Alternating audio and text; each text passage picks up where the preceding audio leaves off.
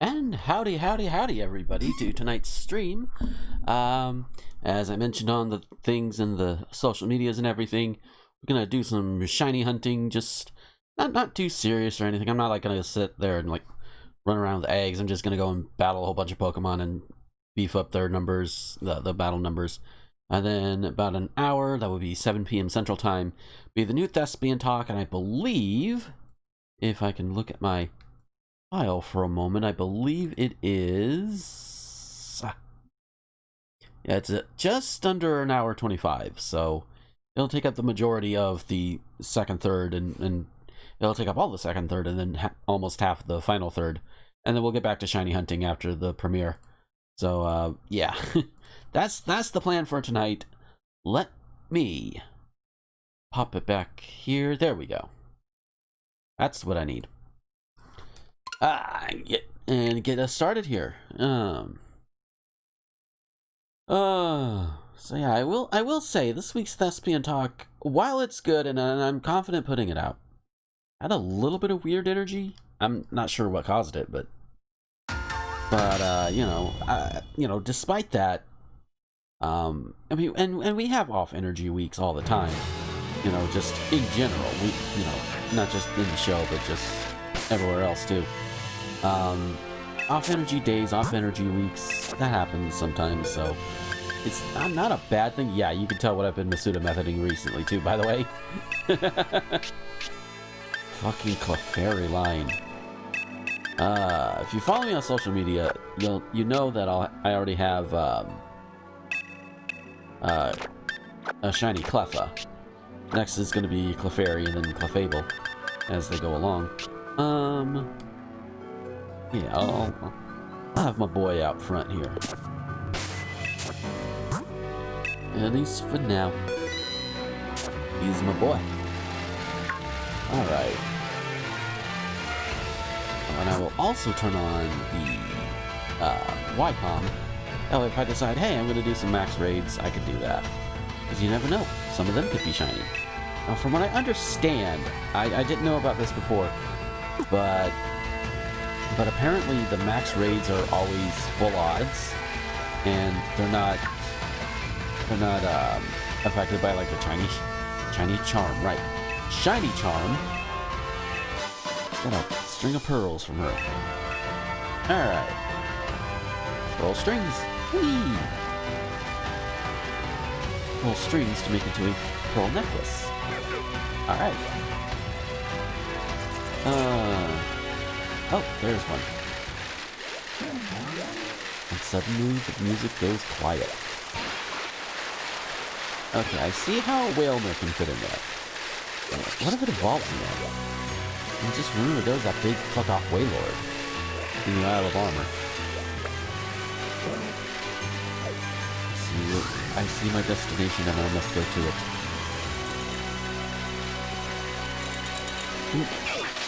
Clinkety, clankety, clinkety, clankety. Alrighty. Hello, Corviknight. Goodbye, Corviknight.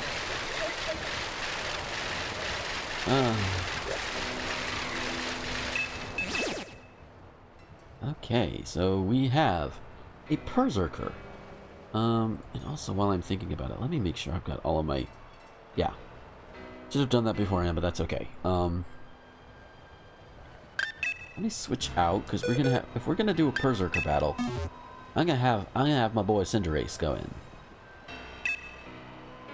With a Libero. And the thing is, the hidden ability starters we got through Pokemon Home, they not only come with their hidden abilities, but they come with IVs that maximize their two best stats. In Cinderace's case, it's attack and speed. So, which, it's good. Guaranteed 2 max IVs, that's good, you know? And even a nature that also accentuates it a little bit. I think the Cinderace, I want to say whichever one it is, I believe it's plus speed minus special attack, I think. If not, that's the ideal nature, I think. Because you want him to be fast, and he's already going to hit hard, so.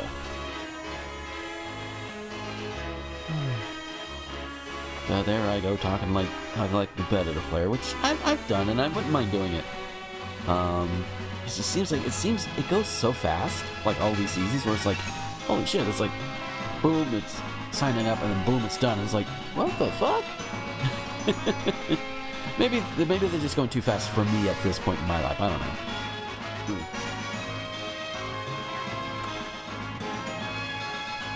If y'all ever have the chance, there's this Nature's Twist drink. It's just juices and everything. I've got the strawberry lemonade, which is not bad. It's caffeine-free, sugar-free, my ass. You drink down one of these, and it's like, sugar-free, my ass. Fuck that shit, that ain't sugar-free. False advertising, I tell you. No. Nah, it just tastes really sweet to me. Because, I mean, with things like lemons and strawberries, how are you gonna take the sugars out of those? Especially if you're doing it with like the natural stuff. Natural strawberry lemon flavored drink. And if you guys are hearing that, apparently somebody decided now is a good time to drop by. Thankfully, I don't have to answer the door. Oh. Well, we'll know if it's something important.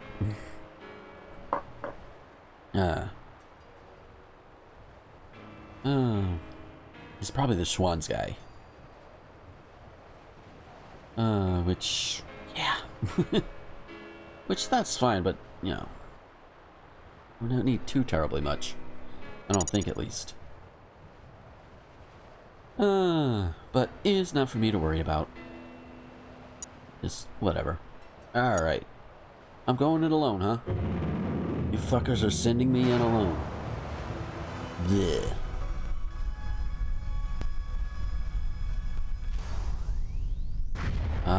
Berserker. I think I should get a female one and name it Dama. Oh.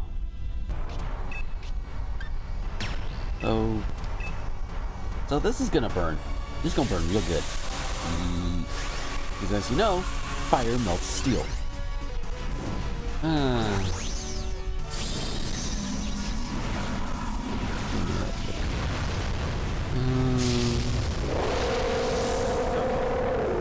Just seeing some stuff on the Twitters, because with everything else going on. Oh, I see what you're gonna do. You're gonna become the center of attention, which, okay, good for you. I mean, at least it's minimized to like what, one knockout, perhaps, depending on how this Berserker moves. Oh no! Oh no! Why? And again, I have to question: why did you bring a fairy type? Why did you bring a type that is weak against the Pokemon you're fighting? Wow. I mean, I guess that's two moves that we don't have to worry about, but still. Stomping Tantrum. Oh, hey, that's a good move. It's ground type. Ground type goes against steel. Alright. Now, what I don't get is in some of these weakness chains, like poison being ineffective against steel. Like steel is like outright immune to poison. I am not sure how that works. He taunted me. Okay. If you really wanted it. if you really wanted to get at me, you would have used Torment. But Taunt, I have nothing but attacking moves, I think. So it was like, yeah, that does nothing for me.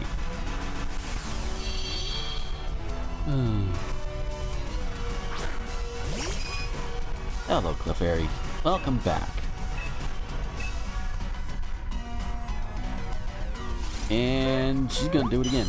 Because of course she is. I mean, thanks for drawing aggro, but your Clefairy is weak as shit. Damage caps.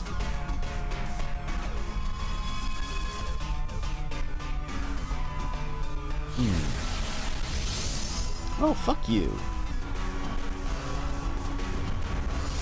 Oh no.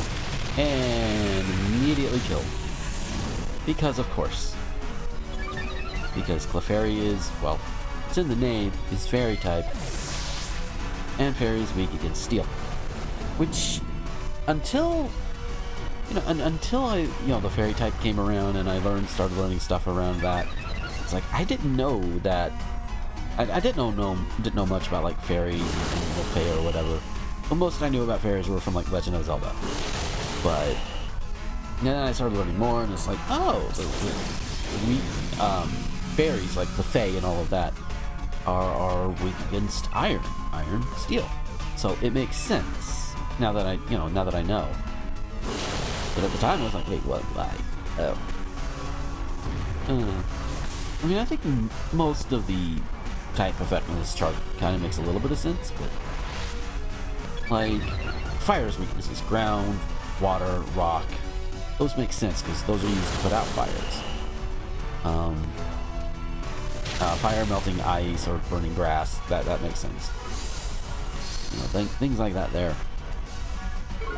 Oh, good. Look at the eyes. Berserker is so high right now. She's so high right now.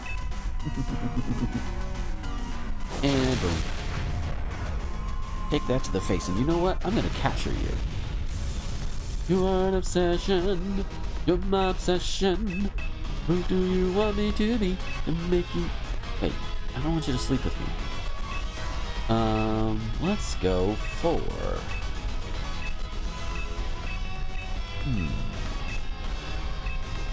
Since this is pretty much a guaranteed capture, there's no Pokeball that really matches it that I would like. Well, let's just try a Heavy Ball. Like I said, this is... Oh, wait, no, wait. This is promoted. Oh, fuck. This may not work then. It's promoted, but I'm solo. That didn't work. And I wasted a Heavy Ball. Good job. Oy. Oh well. Wasn't shiny anyway. Okay, so let's look around here. In fact, let me pull out good old Cinderace here. Patch him up a little bit, because I've got items to use, and they really don't get any other use, interestingly enough. Max Honey has the same effect as a Max Revive. That's something to keep in mind.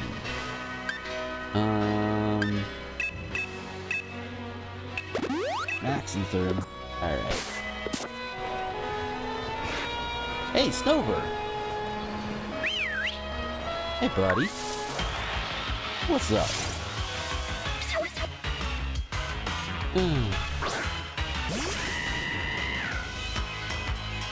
I should put goggles on him. Oh, Pirate Ball and Gunk Shot are super effective. I mean, it doesn't matter. Cinderace has the Barrow. Oh! Dick! Oh, you dickwad. Ow. How dare you miss? There. That's what happens.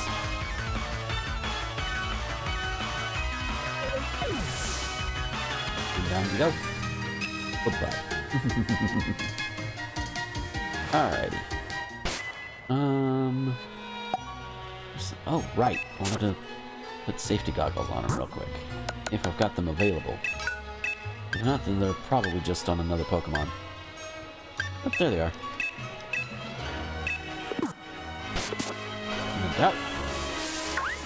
Oh, hey, what's up? Snow Run.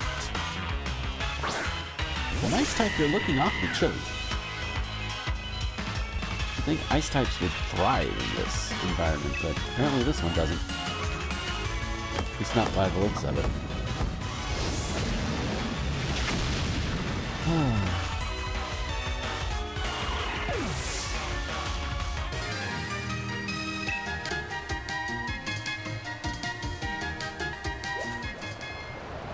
Okay, next one.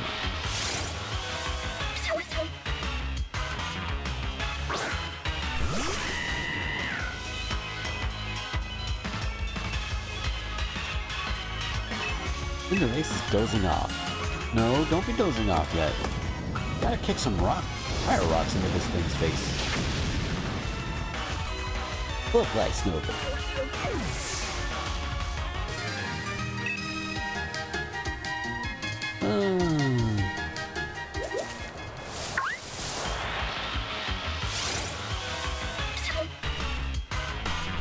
And the thing with shiny hunting, I've been doing the Masuda method. I've been doing like the little thing that allows you to just kind of multitask with the shiny hunting and doing other things. The auto. Oh no! I forgot no sheer cold. No. I don't think it'll hit me because I'm too high a level, but still, sheer cold. That's a one-hit KO move. Like, oh no. Alrighty. Come on, Snover. Come fight me.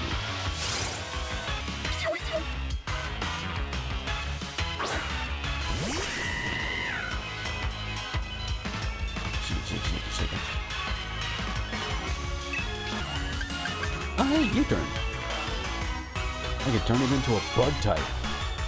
How about that, huh? And it knocks it out anyway, so it doesn't matter. Oh.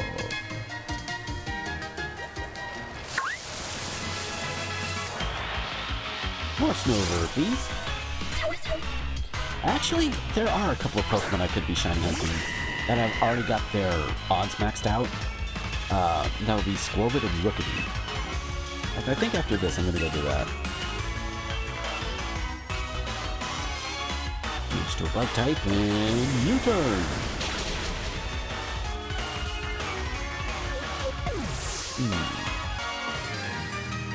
It's a good thing Blizzard status, you know, hail status, doesn't make sheer cold any more accurate. Just, oh god, could you imagine the nightmare that would be?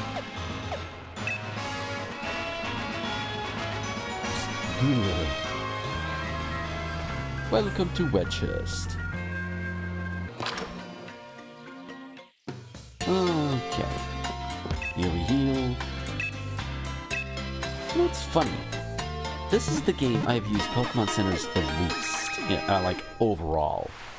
Like, the main story and everything else. Because there's, like, so many other places you can go and heal. It doesn't require a Pokemon Center. Now, of course, they still obviously have their functions, because, you know, it's either that or something else, but I guess I'm trying to say it's nice to have more healing options. Alright, Squirtle, what you got for me? Just you, okay. Well, I'll knock them out. I don't need to, but I'll knock them out anyway.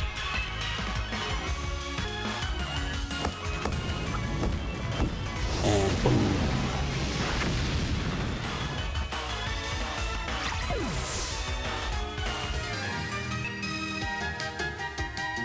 Oh dear. Hey, Nick, what's up? Nick it the nick it. Nick it, nick it.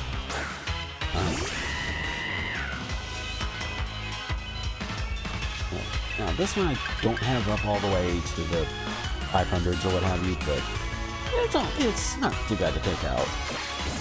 And again, I've got two, I think maybe up to 3 species on this route, because I think Wooloo is also one of them. That, you know, they've got the highest shiny odds right now.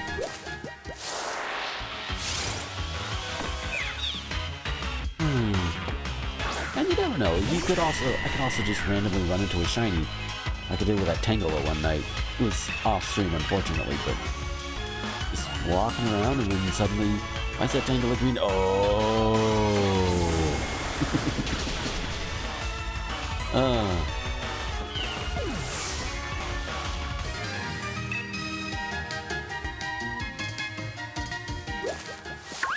I'll beat up a few more of you. Because why not? In terms of my actual shiny hunting itself, going for a full shiny living dex, and so far I've got, you dick, how dare you? Anyway, I've got 2/3 of the Rookity line done. I just need one more, half of the Wooloo line, and none of the Skullbat line yet.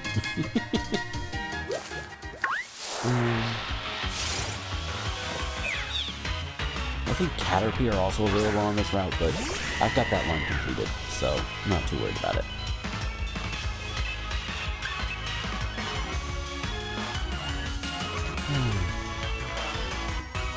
Check out some of the shinies that I have hunted and caught in the past. I do post pictures of most of them up on Instagram.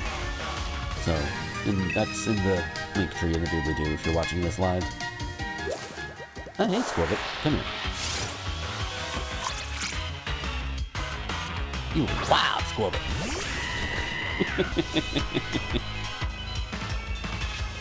Okay, what does Zen Headbutt get? Oh.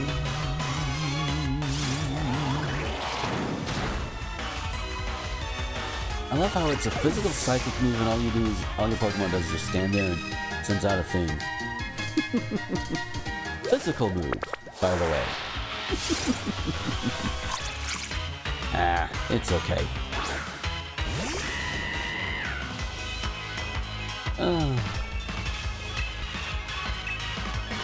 Set him on fire.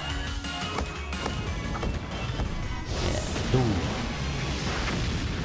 Woof.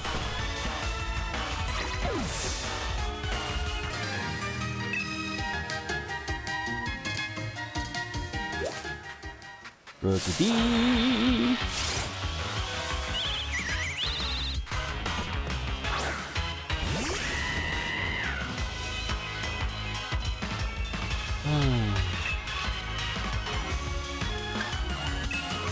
I'll gunk this one up. Gunk. Oh. Oh. Gunk shot's not very accurate. That's okay.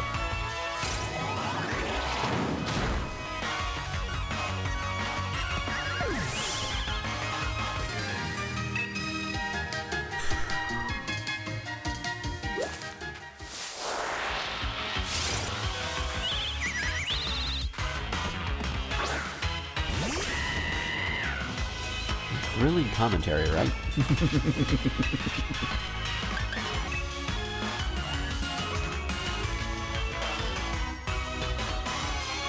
Oh, shoot out.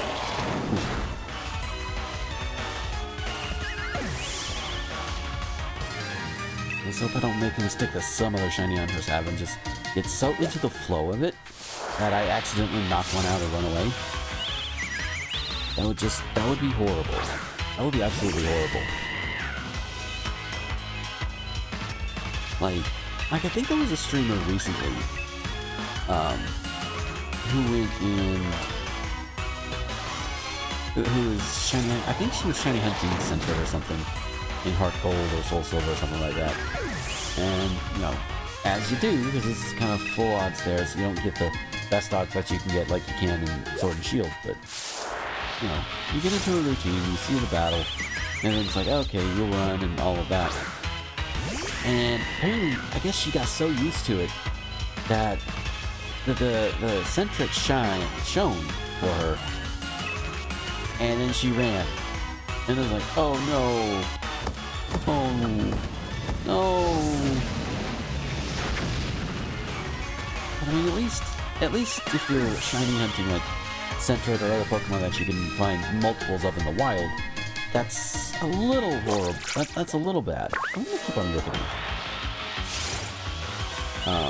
That's bad, but it's not as bad as this one clip of the guy. He's sitting there shiny hunting Mewtwo in Let's Go, and he got a shiny. Like Mewtwo shone for him, but he was looking away and he didn't even hear it or notice it. And he'd gotten so used to just hitting the home button and then restarting that he restarted over it. Meanwhile, his buddy's like, "Oh my god, dude, what did you do? What? And the dude turns around dumbfounded, like, "Wait, what? Oh no!" Oh. And I don't say that to make fun of people who do that. That is honestly really, oh lordy. If that happened to me, especially if it's like on stream or something, yeah, that would be a little bit mortifying. It really would.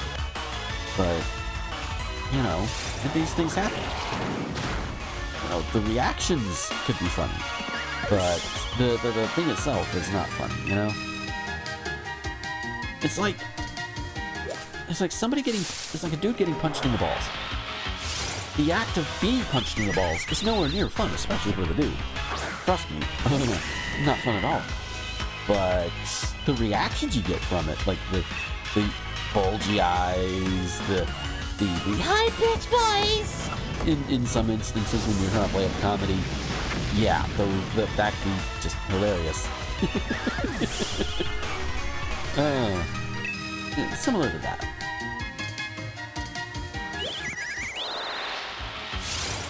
I need myself a golden Rookidee. Papa wants a brand new pair of Rookidee. Okay, I don't know about brand new pair of Rookidee, but I don't know about the battle well. Just kick the fireball in the bird's face. That's all you need to do. There you go. It's a Rookidee, so it's mostly face. No birds like Rookidee. It's a face with wings, basically. I don't say that to like be downplaying it or anything, because it looks cute. But it's just, hey. All right, can we Pyro Ball? Yes, we can.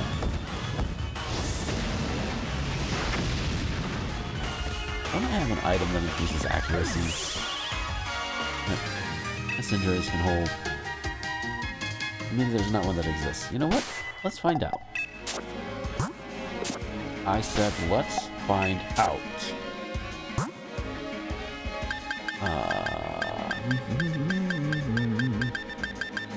Going on up, going on up.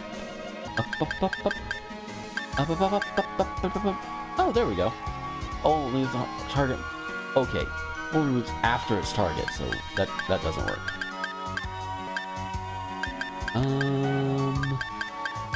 Up more, maybe? That's probably the only thing. Now we're getting into the memories, the sweets. Got a lot of sweets.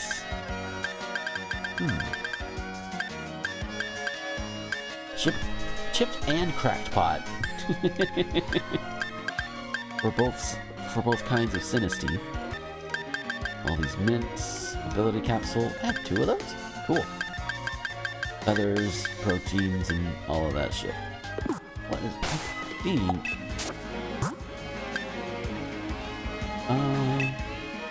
Scope lens. I think that's a critical hit thing. I don't need to worry about that. Okay. If Cinderace was slow, then the other thing I mentioned was gonna be better. Let's switch it up for Willow!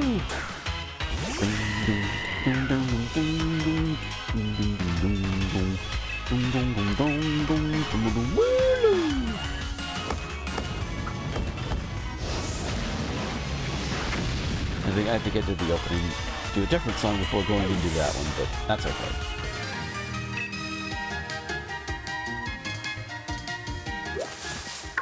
Hello, Mr. Wooloo, or Miss Wooloo, I don't know.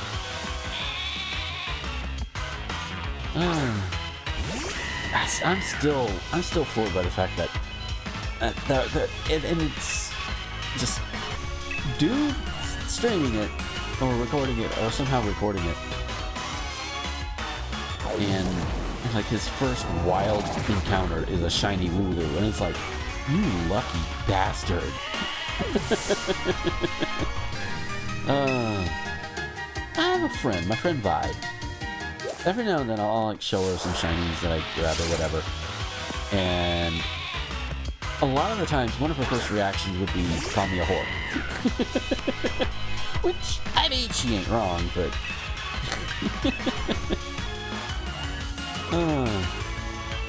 but sometimes just my luck is good, and you just, if you want to get into doing the shiny hunting and everything, you gotta be willing to persevere. Because I mentioned the little device that does the egg hatching form if in the pseudo method, so I can multitask. Not every Pokemon is going to be able to do that, obviously. So, I mean, as long as okay, what do we have?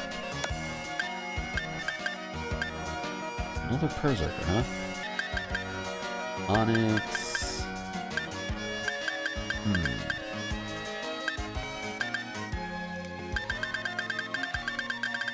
Okay. I'm distracted by my heads-up display for a moment. Hey, Rickety, what's up?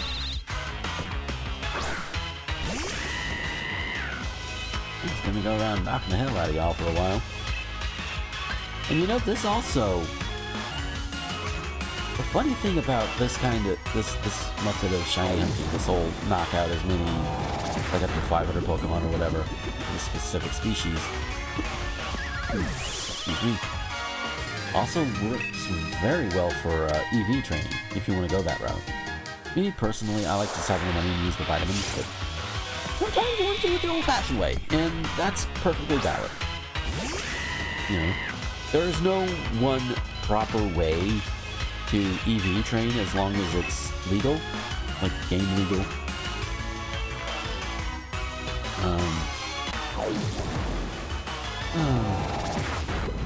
And I say this now, thinking back, yeah, in older generations, I actually used codes to buff up everybody's IVs. Oops. But I don't anymore, because it's like, well, one, it's a pain in the ass to do so, and two, it's just, it's empty. It's like, ugh. Like, I'll tell you one thing I did do recently.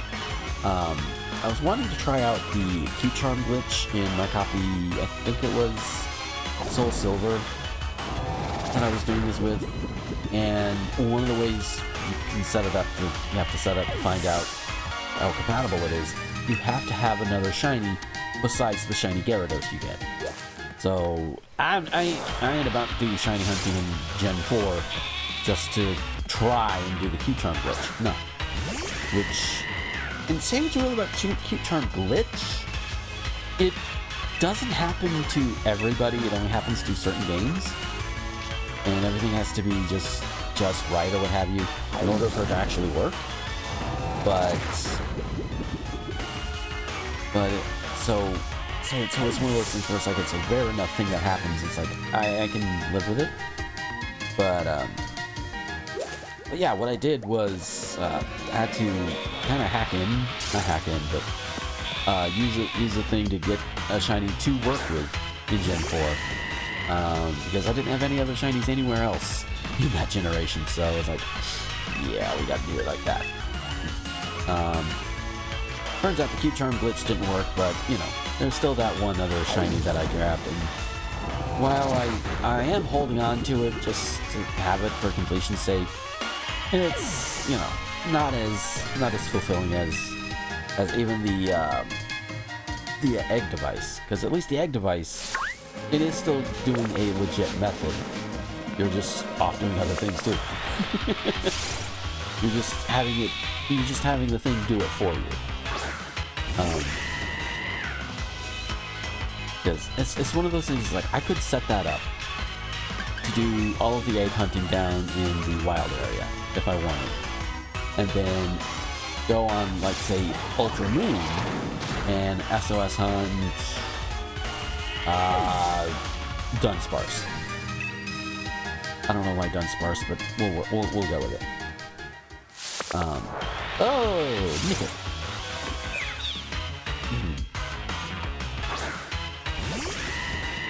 Okay.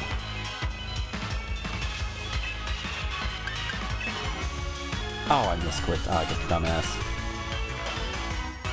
That was stupid. Oh no. Oh no, it was like a two-hole hit points. Oh no. Now let's try bug.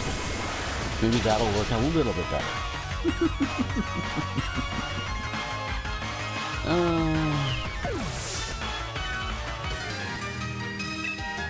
Okay.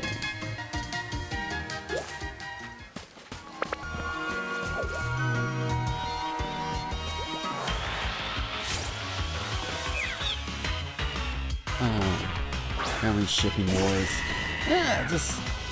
we humans are a mess. We really are. Like, there's no two ways about it. We are a mess.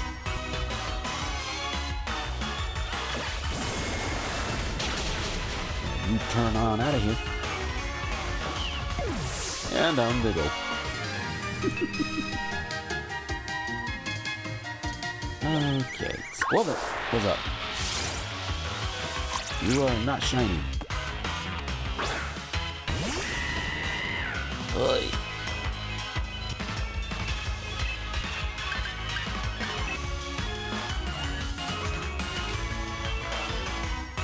Libero, libero, libero, libero.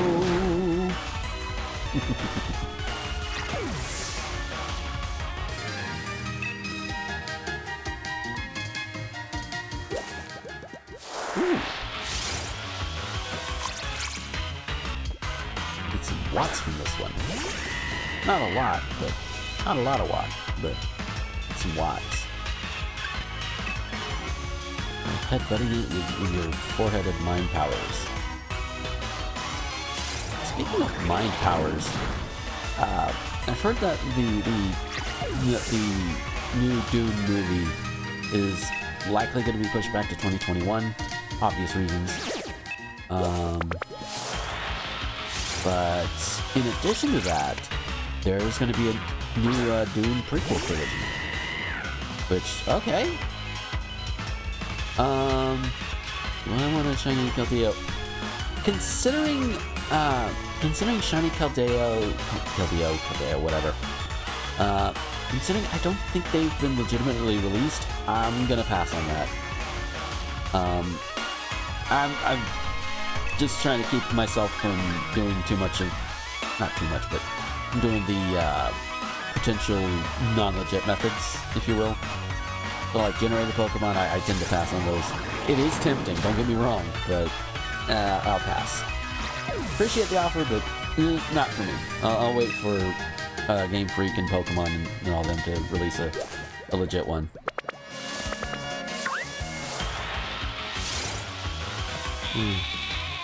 Which... yeah, I don't blame you. I don't blame you on that one.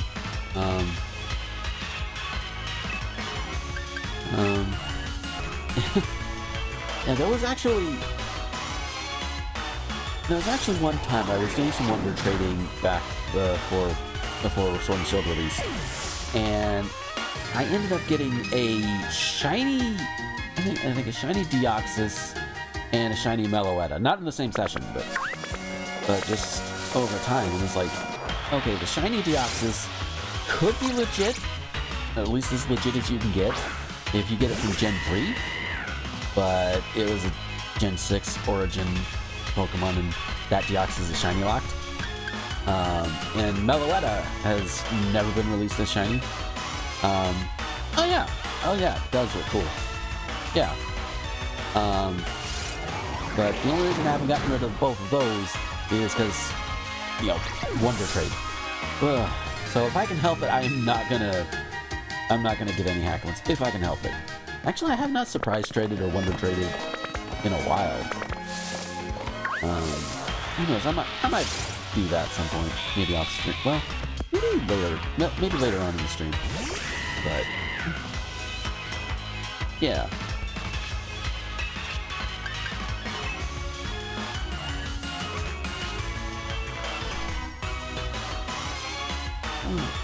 Like, you avoided my mind headbutt. Bad Voodoo.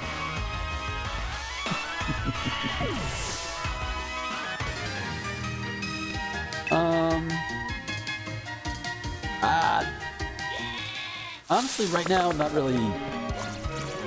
Well, obviously, yeah. Not really looking for trading at the very moment, but maybe another time.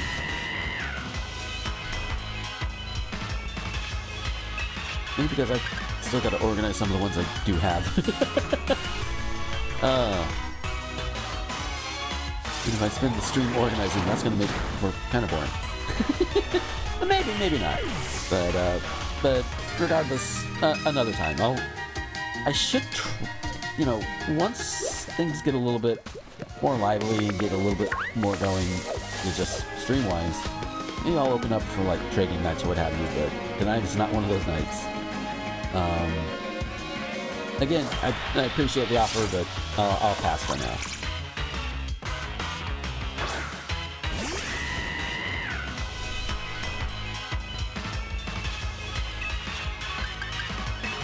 Just down to U-turn, huh?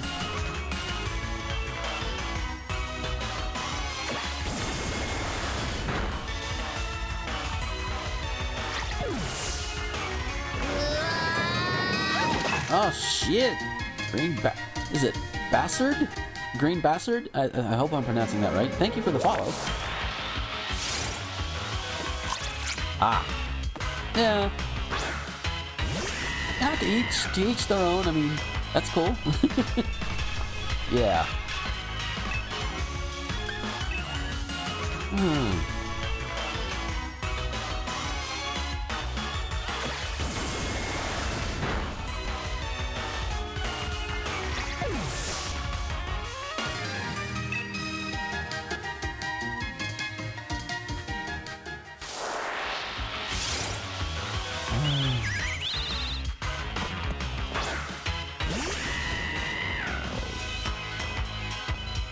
Alright, Rookabee.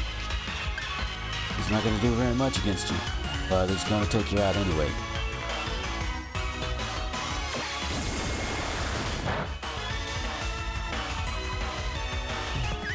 How messed up would it be if you hit a Pokemon with a not very effective move, and that not very effective move will always leave 1 HP, at least on its initial hit?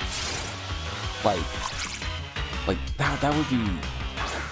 I mean, it would do well for if you're like hunting, just regularly hunting.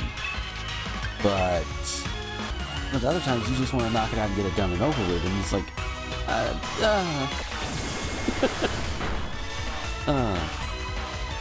But then that would be a lot of false swipe like situations going on all over the place. It would be messed up for sure.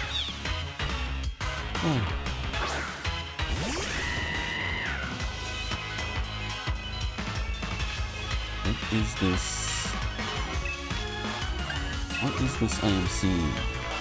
I just have to look at the heads-up display on the Twitter. Blue raspberry slurpee snack pie? What the hell? It's a pie. It's like one of those store-bought pies you can get, and it's filled with blueberry Slurpee. And it looks for all the world like it's filled with toothpaste. But it's not. It's apparently blue raspberry Slurpee. Just, what the hell? No, what the hell? Just, ew. Yeah, exactly, ew. Just, ugh.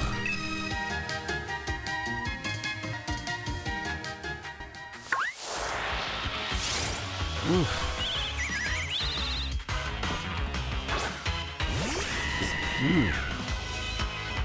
And the thing is, that's not the worst food thing I've ever seen. I mean, I live in the South US. I've seen worse than that. And heard of worse than that. Of course, if you look at like old 60s and 70s food ads and cookbooks and all of that, you will see even a lot worse than that. Just, oh no. Ugh. I mean, like jelly molds full of meat, or you know, just, yeah, basically jelly molds that are full of meat, which, that's just, I don't know, but, like, and when I think jello molds or whatever, I'm thinking like the actual, you know, the fruity, you know, jello with the good taste and everything. That does, no, not with the meat, not at the same time. A chaser maybe, like as a dessert or something, but not with the meat. That's just, ew.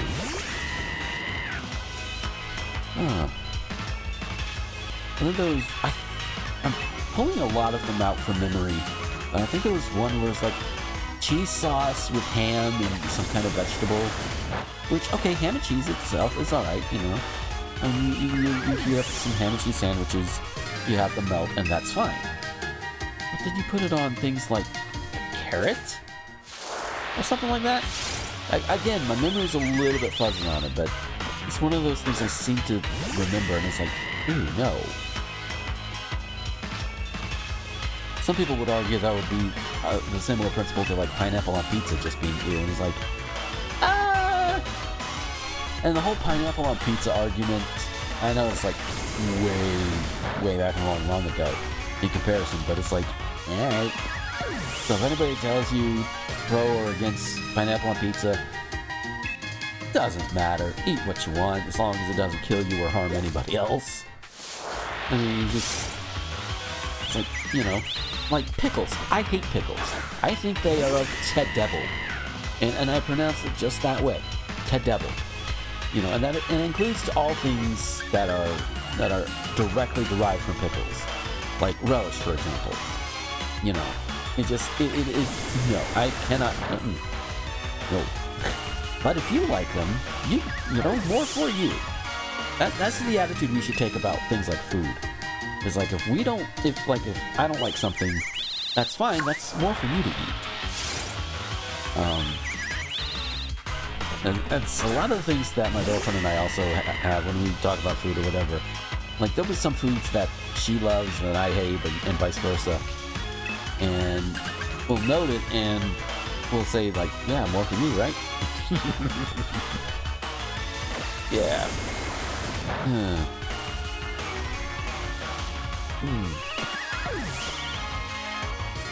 So, what is on the heads-up display, real quick?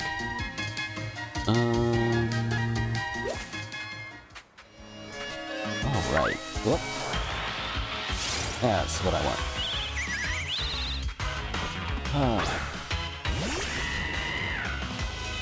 Yeah, pickles are ew. They're very ew. I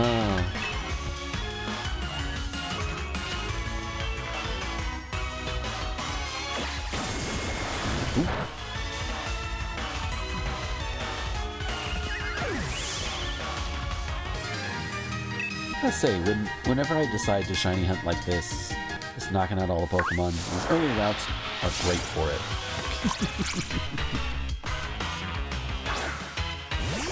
It's a low level, you just knock them out, or if you want to just capture a whole bunch of them for the hell of it, you can do that too.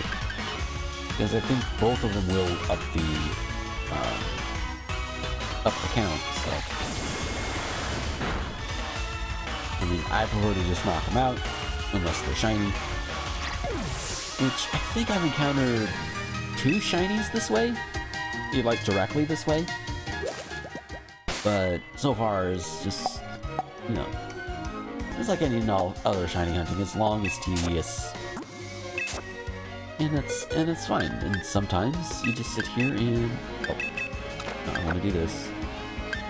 You go back in the box. Oh, you...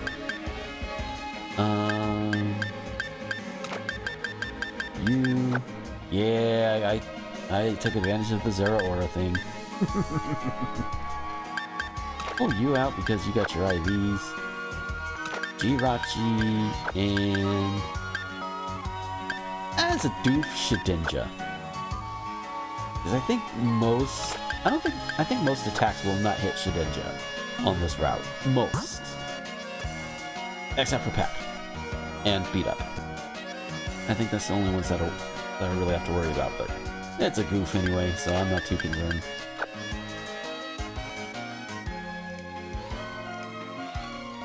Yeah, shiny out with Shiny Scizor because only Pokemon have that knows false life. Yeah, I mean, that's perfectly acceptable. For me, if I run into a shiny Pokemon, you're gonna see what I do. I load up on Quick Balls. Because, especially for some of these lower level Pokemon, shiny, you know, a Quick Ball is just gonna works almost as well as a Master Ball. We'll just Psychic some of these because, yeah, that's not gonna work on the Nippet. Oh damn! Get it, boy.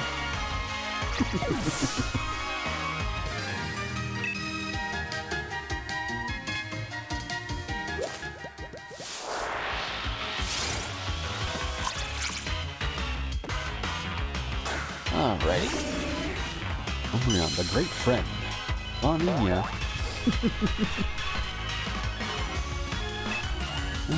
I really should at some point get my overlay updated whenever I'm doing Pokemon stuff. Yeah, matching the colors of the ball with the Pokemon.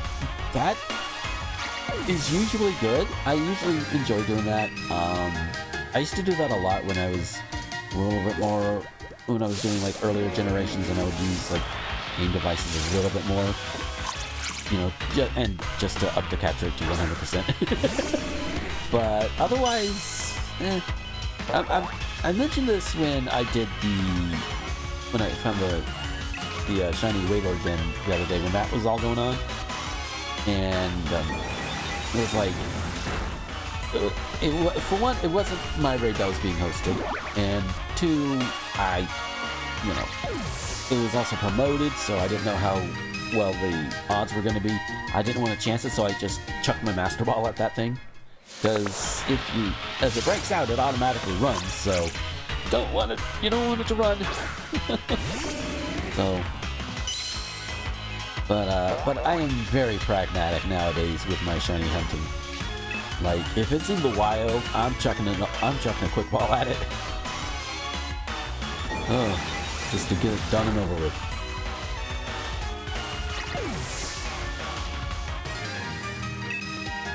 And doing it like that also makes it a little bit easier to post on Twitter from the actual Switch. Because sometimes it would take more than 30 seconds to like whittle it down and then actually actually catch the Pokemon. But then you also have others that, if you don't throw a ball right away, it could explode. Which is why I'm glad I am not shiny hunting coughing. Ooh. Those fuckers could explode.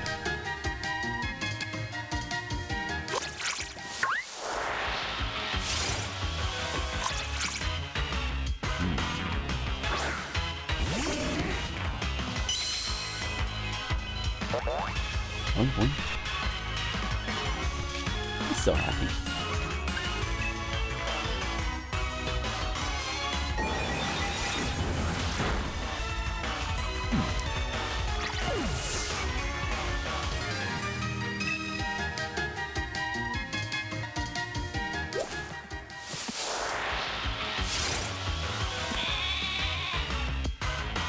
Easy, really.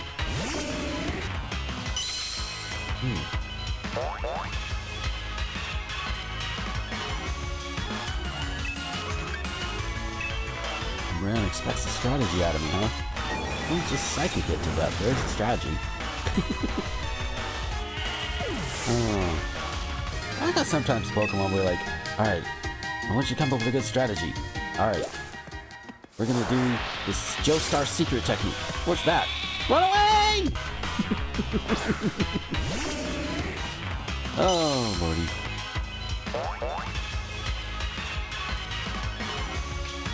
Alright. Yeah, it's almost 5 to 7 here, so in a few minutes I'm gonna pop off of this, and then the premiere of my podcast, Thespian Talk, is gonna play. Well, the new episode is gonna play, and I'm looking forward to showing it off. I always am. We actually just recently updated the little opening blurb again, because that one has been there for like literally years. So it's like, it's time for an upgrade. But I got my friend Mel to do the opening little bit for it, and you'll hear her. And if you've never heard it before, well, tonight will be your first one. But yeah, for anybody who's in and doesn't know what it is, it's basically a current events podcast. We talk about news, current events, and all that shit. I try to balance it out a little bit with the serious stuff, so there will be some serious talk about stuff that's going on in the world, but also try and balance it out with just people being really stupid and making it on the news. Yeah, I know, like the world's most original thing. No, not that original. But I like to think we at least can entertain people with that format and bring enough of our own selves to it that it's suitable enough. Hopefully. Point. Alright. I'm gonna rant at it. I love having Umbreon with Snarl, because Umbreon is my favorite Pokemon, and the description for Snarl is that a Pokemon, yells as though it's ranting about something. And I was like, that's perfectly thematic for me. This is perfect. Alright, you little birdo. I'll probably do a few more of these battles, provided none of them are shiny. If they're shiny, then there's going to be a freak out and a small delay for the podcast, but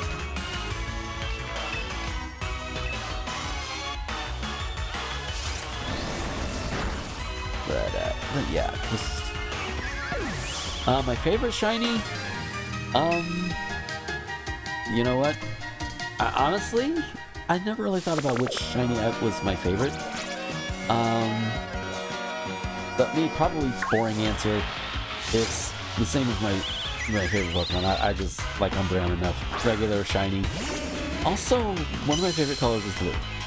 I mean, look at the getup. I think you can tell. So yeah, I guess Umbreon shiny would be my favorite just because I like the blue. Oof.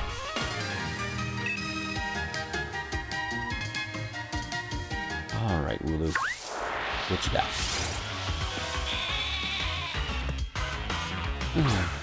But outside of Umbreon, in terms of favorite shinies, it's really hard to guess. I can tell you some of my least favorites, just really easily. Gengar, one of my least favorite shiny colorations, because it's barely any different. Just barely any different from its regular form. Haunter is similar. Haunter, I think all it has is just the blue tongue.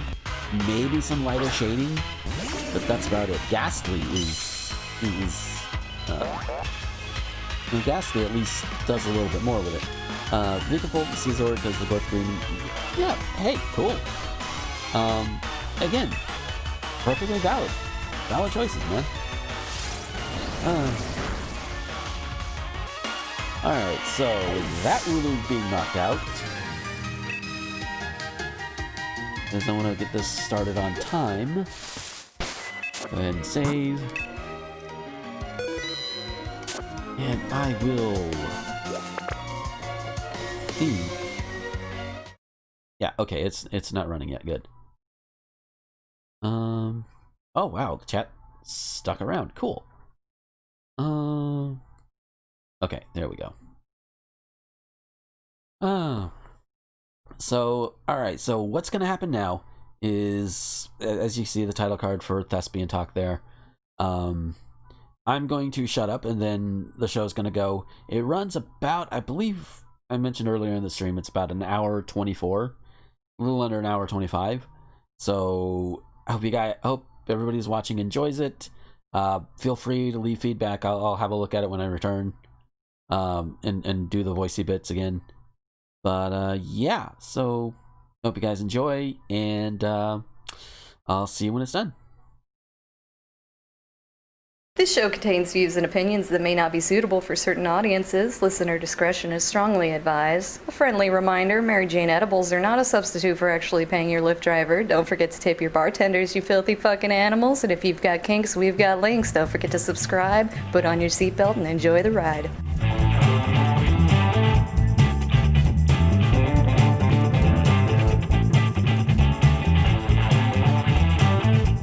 Howdy, everybody, and welcome to Thespian Talk. I am your host, Gomer the Ranting Thespian, and I took off last week because my brain just needed a reset, to be completely honest, especially with all of the news going around. But I am joined this week by Michelle. Ooh.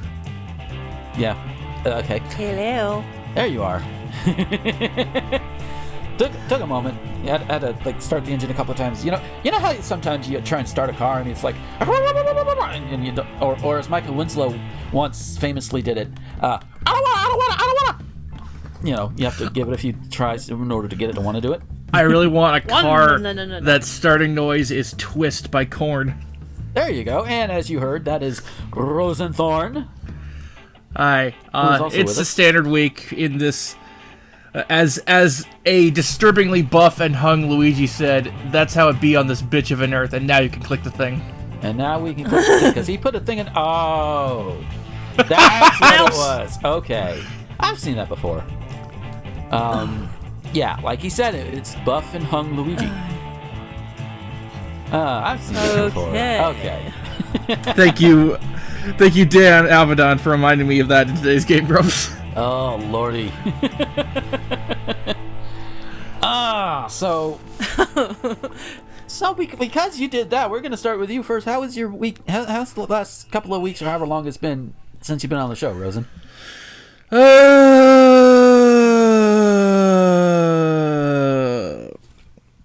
Oh god, that bad, huh? The audience is Rebooting? now I'm fine. You know, it's the usual thing. It's not really much to talk about. Yeah. So how about you, Michelle? Not too bad, thank you. Still not got a job, but I did win £20 on a scratch card, so you know. Sweet. I'm still doing my Duolingo. I've finished checkpoint 1, and I've now got some stories open. And I'm actually at the point in my progression where I can actually make silly Spanish jokes with Tifa. Nice. And she mocks my spellings. She's not mean. She'll just correct me and say, "Oh, like this." I'm like, "Oh, okay, yeah, thank you. I need to remember that." So like, I'm still on the very simple stuff. You know, still, like I said, it's only the first checkpoint out of 7, and checkpoint 2 has like twice the amount of topics in it. Mm-hmm. But I've gone 24 days in a row. I'm averaging about an hour a day, and I honestly feel like I'm progressing. So you know, I feel like I'm getting a lot out of it. Yeah. That's good. I have not really done anything with Spanish since high school. Where we were required to take at least, I think it's 2 years of Spanish, I think it was. So, and that's just our podunk little area. Although, we're also in Florida, so, you know, and we do have a lot of Spanish-speaking people coming around, whether they're Cuban, Hispanic, Puerto Rican, whatever, you know, or actual Spaniards. Yeah. Wales was originally you learn French. Then after, I went to a couple of different schools. Mm-hmm. So the first school I went to, after like third year, you could take German. Yeah. If you wanted to, or they thought you were good enough. But then the second school I went to was Spanish. So the third school I went to, we had a choice of two schools, both relatively the same distance from where we were living. Mm-hmm. One was doing German, one was doing Spanish. So I went to the one that did Spanish. My sister went to the one that does German. Wow.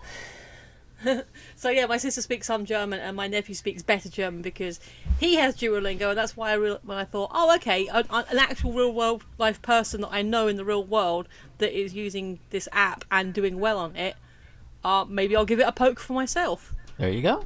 So, yeah. Hashtag not sponsored though. although, Hashtag- go ahead. If we were, if you wanna give Gomer a call. Yes, please. We could use the sponsorships.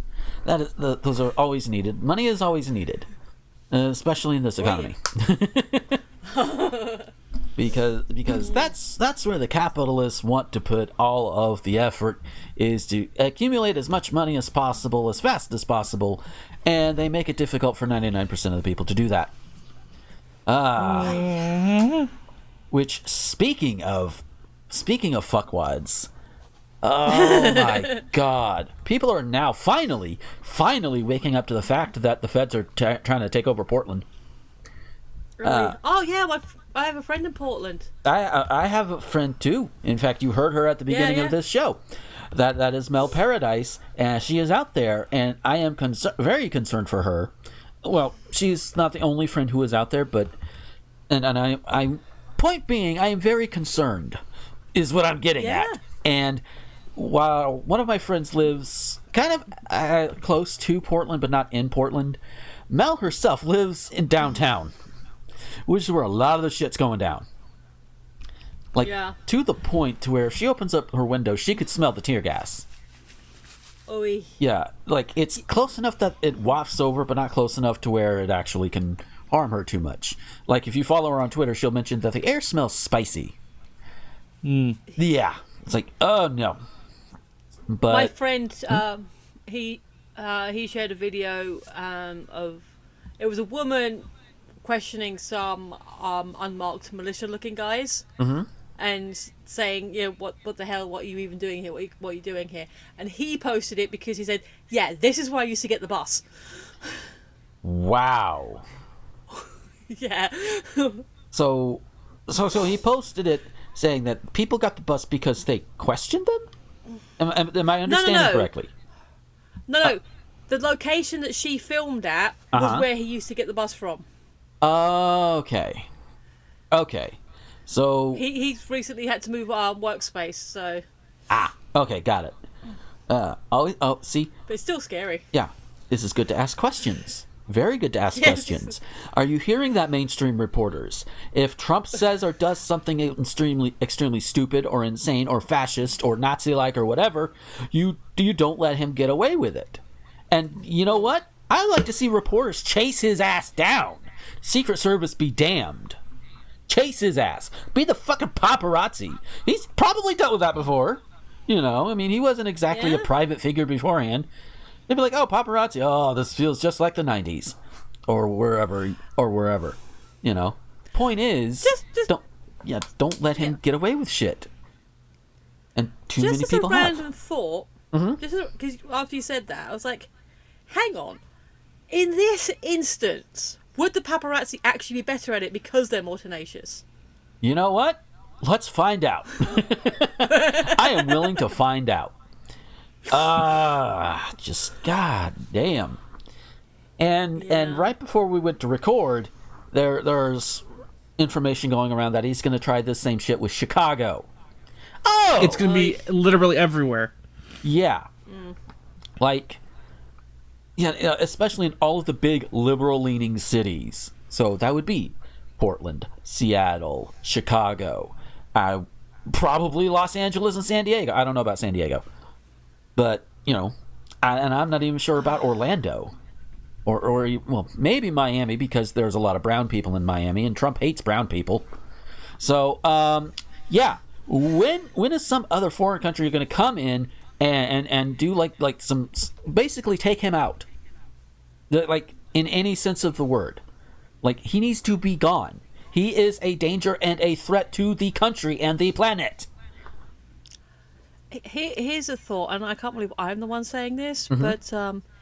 but hey, all you 2A people, you know, the ones who want to have all your guns so you can stand up against a corrupt government. Yeah, where you at? Yeah. They're just happy that the brown people are dying. Yep. That's really all they cared about. Yeah, they don't care about the brown people or the other poor people or the gay people because, hey, that's another. Leon Thomas, Renegade Cut, did another video right the morning we went to record this, and he went on, and while he didn't go over every one of them because that would take a way longer time than he was willing to put into it, and I don't blame him.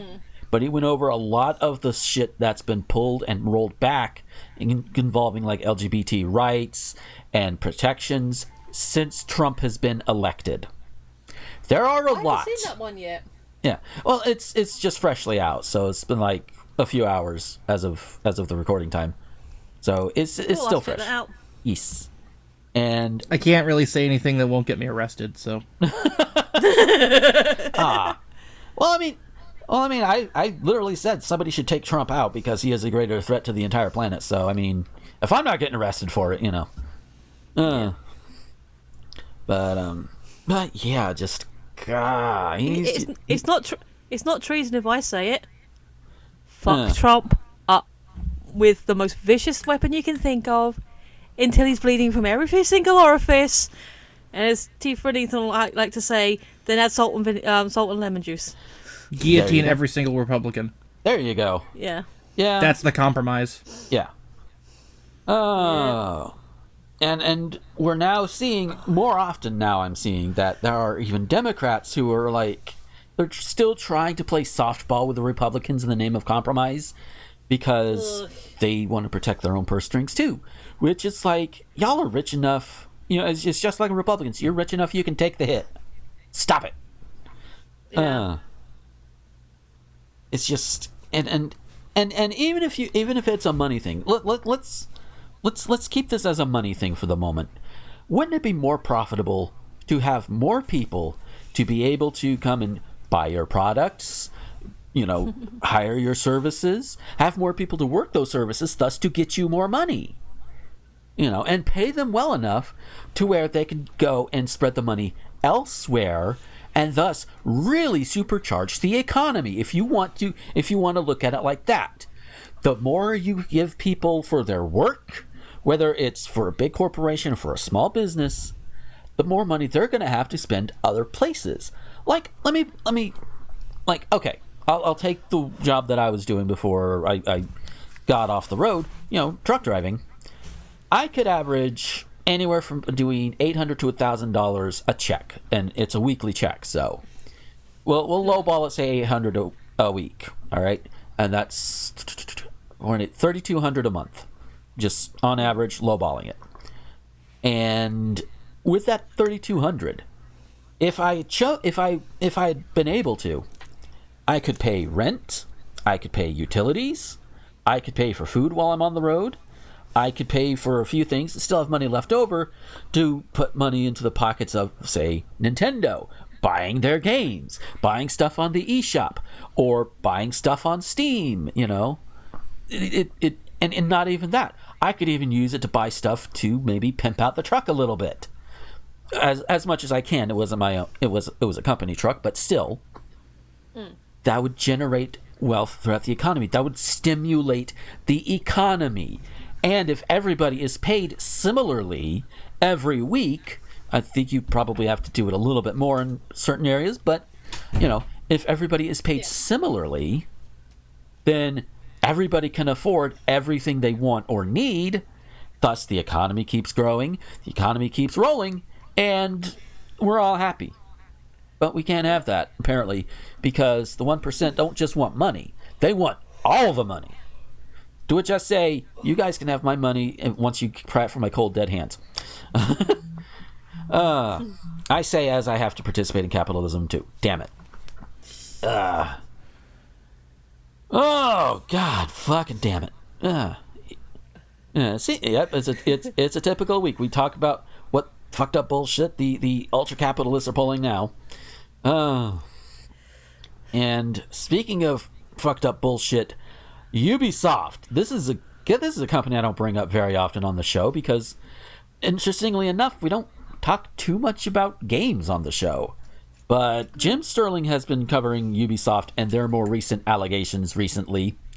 If you want to check out a little bit more in depth than I'm probably going to go into, I do highly suggest you check out his videos on his Jimquisition videos on Ubisoft and the fact that there's a bunch of sex pests in there. Oh, good grief. Yeah, or at least enough of them that it is. Well, okay, one is a problem, but it's more than one.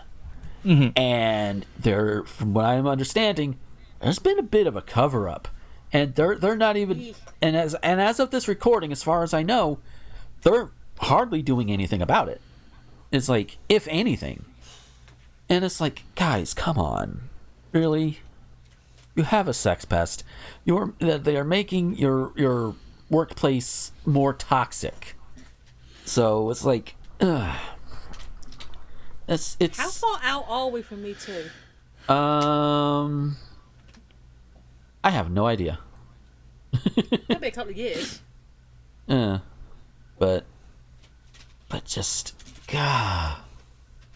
And that's just one of many other things that have been going on in the past couple of weeks. Yeah. And to take it back to Trump, and another reason why he needs to be taken out and removed and all of that, he is basically on record not even saying whether or not he will accept the election results when he loses. And I say when, because I am going to be putting my faith in a bunch of idiots. That is the American people, because by and large we are a bunch of idiots. Look at the And masks. whose fault is that?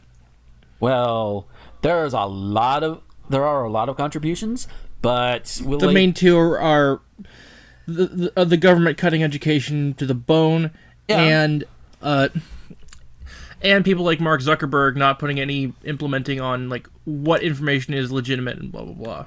Yeah, I mean, Facebook has a little thing you could click on and be like, oh hey, this is from this or whatever, blah blah blah blah blah blah, but it doesn't really help much. It just doesn't, you know. According to Google, Me Too was founded in 2006 by Tarana Burke. To use the phrase, it looks like it was became more popular on Twitter in 2017. Yeah. So between 14 and 3 years ago, Me Too happened. Yep. And as for the election, I'm just hoping that all the COVIDiots who, I don't need a mask because mask is the devil's law and it's hurting my breathing, all just, we don't like to wish ill on people. No, because then they're hurting occasionally. Others. Yeah. Yeah, it's like, just... Oh God. Yeah. Uh-oh. Do we have breaking news? We somewhat. Okay. Hey, lay it on me. Jason Schreier, who is his own weird person. He apparently has been digging into the Ubisoft thing. Uh-oh. Oh, yeah. Quote, among many details I learned while reporting this piece, the developers of Assassin's Creed Odyssey wanted Cassandra to be the only playable lead, but Ubisoft's marketing team and creative lead, Sergei Haskoet, wouldn't allow it. Women don't sell, they said. Samus? Yeah. Lara Croft? Yeah, Samus... Tifa? Yeah. Well, Tifa's not in her own solo game. But Lara Croft point. and Samus Aran, definitely. Also, even though she's not actually the main playable character, she is the title character. Legend of Zelda, anyone? Yeah. Yeah. But I can see how they would defend that. But you play as Link, you don't play as Zelda, blah, blah, blah, blah, blah. Point is, the women do sell. I mean, again, Metroid is probably the biggest example. Maybe one of the earliest ones, too. Because that sells like hotcakes whenever there's a new one. And yes and no, because wasn't the reveal that you were playing as a woman not until the end, whereas something like Tomb Raider, you always knew you were playing as a woman. yeah, which at the time, big surprise. Sure, Yeah. And Oh, it the just people in goes, charge of Ubisoft are lunatics. I'm looking at these things. Oh, Ubisoft. I'm gonna DM this to you on Twitter, Gomer. He's thread. DMing this thing to me. On Twitter, Twitter, yeah. Yeah. Oh dear. So. There's some quotes in there, so There- you can pull from that. Oh dear. This should be fun, because this ought to be a thing. So. Oh yeah, the Ubisoft family accused of mishandling sexual misconduct claims is the article here by the aforementioned Jason Schreier. Who it's very funny to watch the Gigaboots crew, who I recommend checking out, tear him to ribbons when he's being stupid, because he's often very stupid. Yeah. But in this instance, there is a bigger dick here. Yeah. So I'll just read some part of the article here. Five brothers started Ubisoft Entertainment SA in 1986. They're that old. Well, there's some Wow. quotes in the tweet thread. Yeah. Okay. Yeah, but yeah, I'll look at some of the quotes too, but I'll just go over this first paragraph here. Since then, the video game company has survived 7 generations of game consoles, 4 recessions, hostile takeover bid from France's largest media conglomerate, and a global pandemic, which we're still in the middle of, by the way. Ubisoft is one of the world's largest game publishers, the maker of blockbuster series such as Assassin's Creed and Far Cry. The Guillemot family still maintains effective control. Now they face a new crisis: allegations of widespread sexual misconduct at the company. The situation has shaken up the founders' inner circle, raised major concerns about how the business was managed for well over a decade. So you mentioned there are some quotes here in this thread. Let us, yeah, you mentioned the Cassandra one. One of Subi, again, these are coming from tweets by Jason Schreier himself. He puts an anecdote about Sergei Haskoet, right? One of the CEO. Yeah, I don't know how to pronounce these names. Yeah, one of Ubisoft CEO Yves Guillemot's close friends, and until his resignation this month, chief creative officer for decades. The anecdote reads: allegations that Haskoet behaved inappropriately around women extended to the office as well, because of course it does. In a meeting at Ubisoft's headquarters in Paris, one of the top creative leads on a big game was presenting to Haskoet and other decision makers at the company. When the lead, a woman, left the room to use the bathroom, Haskoet pulled up a YouTube video, according to 2 people present at the meeting. He played a French song describing sexually explicit acts with a woman who has the same name as the presenter. Oh no. It paused when the employee walked back into the room, say the 2 people, who requested that the woman's name not be printed. Good on you.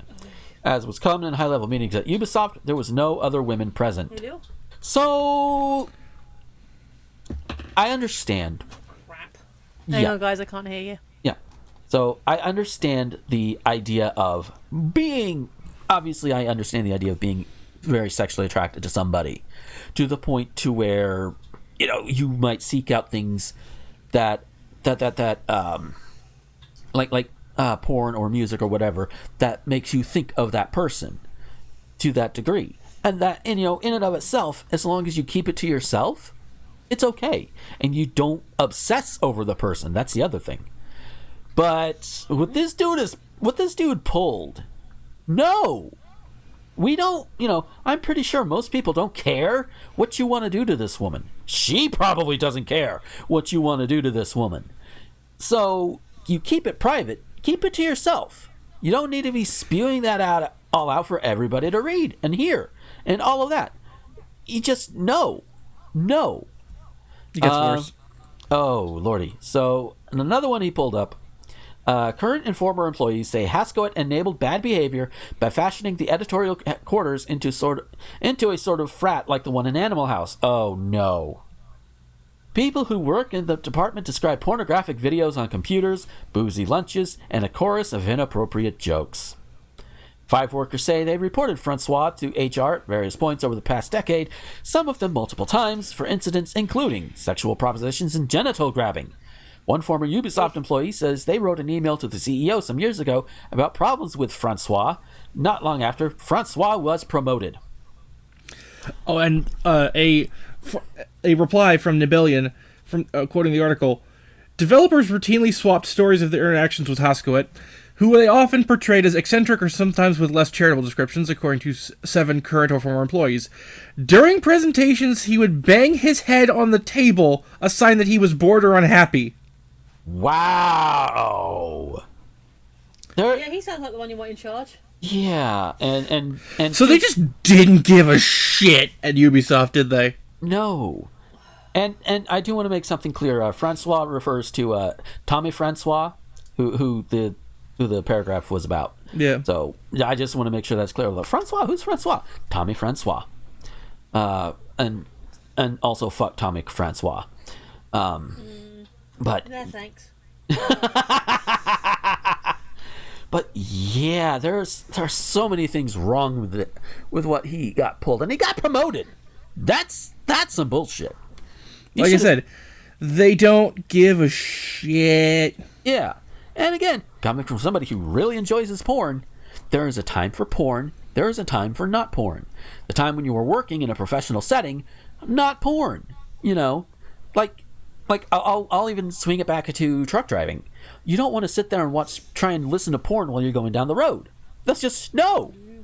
Well, I mean, you could. Nobody else is in the truck and stopping you. It's distracting. Yeah, it's a bit more distracting than, say, a podcast or a song. You know, that's a little bit more distracting. Now, if you're, I mean, I even, depending on what customer you're at, if their turnaround time is like the magnitude of several hours, watching porn while you're in the back of the truck waiting, that's one thing. Just pull your curtains. But if it's really quick, you have no time for it. Point is, when you're expected to be ready to go, you don't want to be sitting there and be like, all right, I'm going to be 2 minutes, and then having to pull all your shit back together. You don't need to be doing that. So, you know, and in the case of office jobs, other people could see it that may not want to see it. You know, it's another one of those things. Keep it to yourself while you're in the workplace. Unless the workplace is editing all of the porn videos, which they exist, but not quite the way that Ubisoft does, I'm sure. Yeah. So, point is, don't. Just enjoy your porn at home, on your off time. If you can't get through your day without seeing one porn video, put it, you keep it on your phone. Do it while you're going to the bathroom. You know? You gotta take a shit at some point during the day. There's literally apps for that. Yeah. There's just, there's so many better ways you can do it than foisting it upon everybody. You know? I mean, you've heard me go off on people foisting their like religion on other people. This is not much different. You're foisting porn on people. And again, somebody who is good, who's open to porn, who enjoys porn, I'm not about to go and foist it out on people at the Piggly Wiggly. That's just no. You don't do that. You just... I nominate foisting at the Piggly Wiggly for the title. Foisting it on the Piggly Wiggly. Oh. God damn. Now for something a little bit silly. Yes, we must. Oh, so Check out the green room. Yes. So what Michelle has posted in there is a giraffe on roller skates going up a mountain? Basically, I can't remember what video it is, but there's a video I watched today that had the notion of it's as ridiculous as a giraffe skating uphill. So I thought, that's a fun doodle. I gotta doodle that. That works. Oh, so with that, look at the time. Yeah. We're going to go ahead and take our break, and then when we come back, we will have the news. So stick around. Hey folks, we'll get back to the show in a moment, but first I want to tell you about Patreon. Patreon is what I use to get around all of the YouTube adpocalypse bullshit, and while I don't have a lot right now, every little bit does help. And if you like what you hear or what you see on any of my videos or podcasts, head on over there. For as little as $1 a month, you can get all of these things early before anybody else does, and you can get them completely ad-free. Yeah, I know YouTube right now is technically ad-free, but at some point I'm probably going to get big enough to where ads will start coming in, and those can be annoying, so you want to avoid that, right? If you go ahead and go now over to patreon.com/gomer21xx, leave $1, $5, doesn't matter how much, you can get all of these. Again, you can get them early, and you get them without ads, even when I reach the point on YouTube to where ads can be put on these videos. So it's a win-win. And you can even avoid the ads that go up on the Anchor versions that go out to all of the other websites that are out there. No ads. It's great. So that's patreon.com/gomer21xx. Howdy, everybody, and welcome to this little section of the show that I've got just for me to talk about little things to kind of give a little bit of a thing in the middle of the break and all of that good stuff. This episode, as we get further and further into it, it's one of those. It's a hell of a ride. I guess that's what happens when you take off a week. But that's okay. We're not always going to be the best, but I hope that it's at least enjoyable, listenable, and honestly just fun. As long as you guys are into it, and as long as y'all stick with it and support and all of that, then that's fine. I do want to say though, I know, like one of the last couple of times that Rosen had been on the show, you wanted to talk a bit about anime, and I thought, you know what? I've been revisiting some old anime that I watched like back in the early to mid 2000s, and I kind of want to talk about maybe one or two of them in these segments. I'm not going to do it this time because I don't have anything truly prepared, but I do want to talk about a few series that I do want to at least mention the series that I've gotten back into as of recently. There is Harigu, which is basically an insane comedy series about a boy who lives in the jungle, and he's tormented by the most adorable eldritch abomination this side of Japan. There's also Bomberman Jetters, which never got dubbed over here, but it's based on the Bomberman series of video games. In fact, there's even a game based on that anime, which did make it over here. I think the Game Grumps played it once, I think like 6 years ago or so. There's also the Nodame Cantabile series, which has three full seasons to cover pretty much all of the manga. And it's basically a slice of life music student type anime, which speaks a lot to me. But there's just a few things if you want to go check them out. I'll talk about them a little bit more in depth in coming episodes, but for now, just give you an idea of what I'm going to be looking at.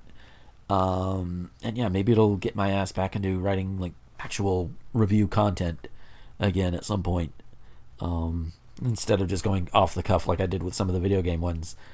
So, and speaking of video game ones, Bloodstained Curse of the Moon 2. Get it, play it, you'll like it. Especially if you're a fan of like old school platforming a la Castlevania. So, that's it. Enjoy the rest of the show. Later.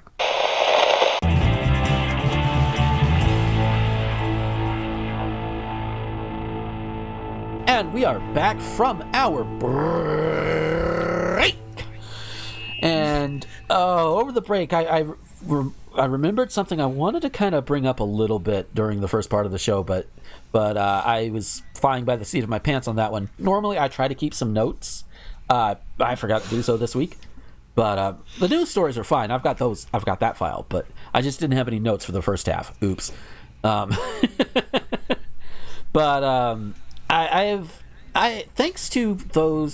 Thanks to YouTubers such as Jimmy Snow and Rachel Oates, I now know who Classically Abby is. And for those who don't know, she is another relative of Mara Wilson's. And Classically Abby is described as worse than Girl Defined.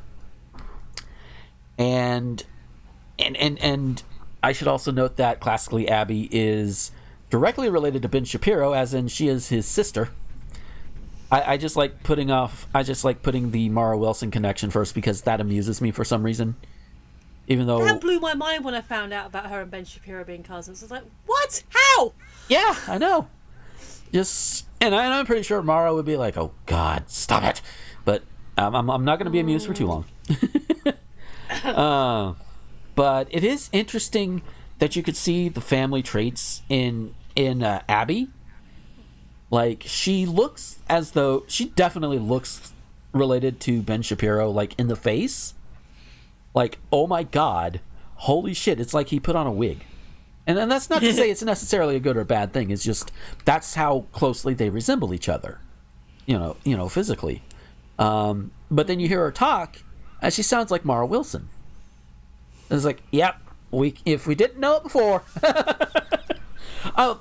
And to be fair, there are probably people who sound like both of them, who are nowhere near related to them. I just think it's very amusing. But what is not amusing is our top news story. Out of Canada, Ottawa, Canada. Oh, even. Canada. Yes. Hi, Ethan. Yes, and I do want to mention that Scully put this in our What the Fuck channel on the Thespian Talk Discord. And yeah, an incident involving graffiti spray painted on a monument to those who fought in Adolf Hitler's SS is being investigated as a hate crime by an Ontario police force. Why did you even have that? I agree. Why did they even have that? Someone painted Nazi war monument on a stone on a Nazi war monument. Yeah. Yeah, basically. The monument is located in Oakville in the St. Volodymyr Ukrainian cemetery. The division, made up of Ukrainians who pledged allegiance to Hitler, was part of the Nazis' Waffen SS organization. Some members of the division... See what might be wrong with that? Yeah, I know, right? Some members of the division have been accused of killing Polish women and children, as well as Jews, during the Second World War. Alton Regional Police believe the graffiti spray was painted on the cenotaph sometime... Yeah, I did read that right. Sometime around June 21st. Police say they were investigating the incident as hate-motivated crime, but they declined to release images of the graffiti so as to stop further spreading of the message. The message is fuck Nazis. There's your message. That's your message right there. Fuck the Nazis. Tear down all of it, including this.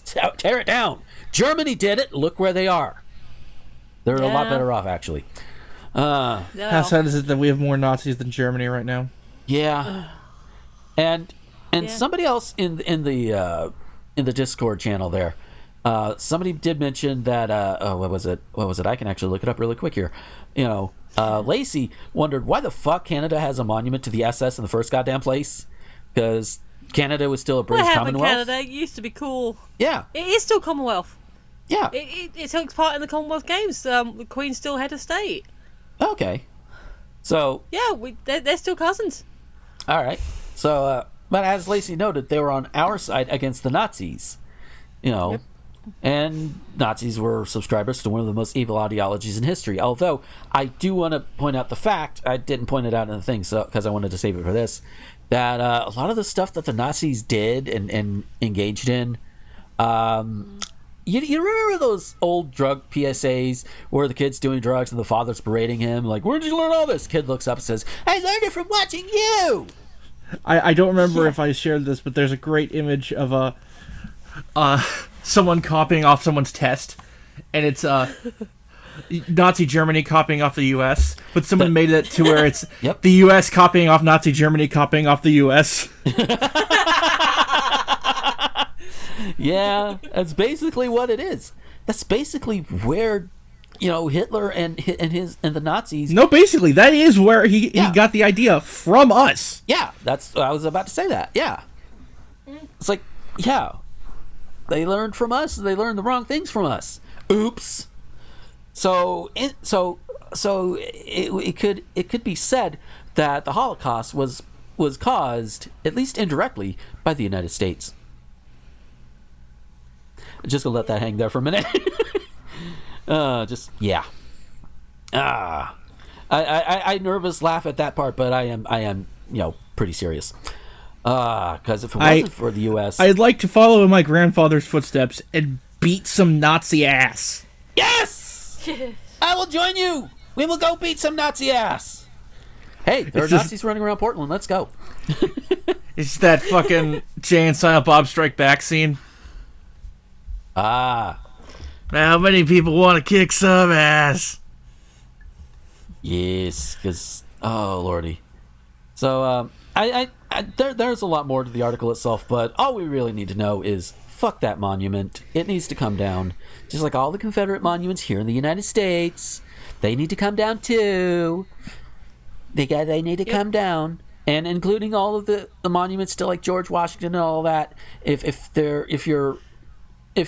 you are revering a guy who's pretty much helped form a country just so he could keep his fortune and his slaves, which is basically how it all runs down to. Again, bringing up Leon Thomas and his Renegade Cut series, he does have a video on that particular, the myth of the formation of the United States. So, because what? Oh no! Uh-oh. Is there breaking news again? Yes! Oh shit, what? I just said it to you. I am so fucking floored that... no. My god! Oh no. We've got to see this. If it's something he got floored by, it floored him. Florgist him. So, okay. Yeah, this is an article he sent from healbynature.com, who apparently doesn't like the fact that I have an ad block in place. Fuck you anyway. Stephanie McMahon to speak on systemic racism in WWE. Rosen? Jesus Christ! Correct me if I'm wrong. Isn't she the wife of Vince? Daughter of Vince. Daughter of Vince, okay. See, I don't know Wife much of about Triple wrestling, H. so- Huh? Say again? Wife of Triple H. Okay, see. But as the first reply to this tweet pointed out, didn't her dad call John Cena the N-word? Oh, no. And didn't her husband use blackface on TV in 1998? Oh, no. Oh, dear. I have a question. Outside of the fact he shouldn't be using that word in any context, why John Cena? Because John Cena, when he around from 2003 to like 2010, his gimmick was a rapper. Oh. And so around 2007, he had the belt, and there was a segment where he's talking to Vince, and Vince is like, "Keep it up, my blank." And he walks away, and John Cena's just like, "What the fuck?" And then they cut to Booker T, What the fuck? who is understandably shocked. Like, Is like, "I thought I was the only one who dropped the N-bomb on national TV once." wow. Do I need to unpack that? I feel like I need to unpack that. Just, Oi. oh my Okay, God. so Booker T, who for the record is black and is probably my favorite, my favorite wrestler out of WCW, and maybe the most influential black wrestler of all time, Right. arguably. And Gomer, I'm gonna need you to edit this clip in. It's pretty famous, but I'll put it in the green room. Okay. So, back in the mid '90s, he was in a tag team called Harlem Heat with his actual brother Stevie Ray. And and there's this infamous promo where Lex Luger and the Giant were facing Harlem Heat. And then I'm gonna let you play the clip. Yeah. Just give it. Just go. I'll be quiet as you listen to it because I can't really. Yeah, I'll edit it in, but yeah. No, I mean, if we have time, I appreciate getting a reaction to it because Yeah. I as you can see from the title. Oh dear. Talking about a click. Uh-oh. I'm gonna click this too. The Harlem Heat and Sister Sherry. See, because what you dealing with here is the brotherhood. It's non-stop from this point on. And I can find a better quality. It's all right. And the Giant, we want the gold, sucker. Hulk Hogan, we coming for you, nigga. I should point out for the record, Stevie Ray, look at this. Take a look. Okay Talking then. about the Okay. I mean, this is a black guy screaming it, so okay. It's just the fact that he immediately oh fuck, shit, that was live on TV. As it goes to his hands, Sherry's like comforting him. It's just like, oh god, oh god, oh god. Oh no. And of course, Hulk Hogan, being a massive racist, backstage was like, but I'm a good one, right? Wow. To think, people from my generation would idolize Hulk Hogan back in the day. Yeah. Like he was in at least a couple of movies too. Yeah. And I will It was admit, everywhere. yeah. And It's amazing. everyone in the wrestling business hated him for the longest time, but then when he was revealed to be a racist, suddenly racists loved him again. Of course. But yeah, so speaking of racists, our next story is out of, let me double check where it's from. It does not say the city, but yeah. So a planned demonstration over a dress code policy at a local bar some felt was racist turned in a different direction Saturday when the principal owner of Nathan and Bill's restaurant apologized to a crowd of over 100 demonstrators, saying he did not realize the impact of what he thought was status quo, quote unquote. The bar is also footing the bill for a downtown Black Lives Matter mural. Downtown where? Where does it say? Downtown. Yeah. Downtown. Things will be great when you're... Have you ever heard Groundskeeper Willie singing Downtown? Oh, no. Downtown. It says, Massachusetts. Okay, so it is somewhere in Massachusetts. I'm going to presume Boston until I hear otherwise. There you go. So, let's see. Robert Gossman said the poster announcing the policy is hung on the wall of the Island Pond Road Resort since it opened 7 years ago. I found... I apologize if I mentioned this, but my brain is... I just woke up recently. Yeah. Robin Williams would be 69 today, and I promise you he would want you to make a joke about it, says Ross W. Berman IV. Nice. Nice. Yeah. And that tweet then got 69 likes. Okay, so... Also, I'm just looking through Twitter for stuff to talk about, but I can wait. Okay, yeah. We got to get through this. So, Gossman met with members of the Pioneer Valley Project, the city's NAACP chapter, and City Councilor Tim Allen, not that one, Thursday night, and agreed to end a dress policy that prohibited baggy blue jeans, long white t-shirts, do-rags, and baseball caps worn backward. The dress code was posted at the bar in a part to appease the city and keep his entertainment license from being in jeopardy. The word jeans has been ruined for me. Ugh. Because anytime I hear the word jeans, no matter the context, I think boots with the fur. Yeah, same. Although, mine is a little different. When I first heard that song, I heard apple bottom jeans knocking boots with the furs. I was like, oh, kinky. Because you're Southern, Gomer.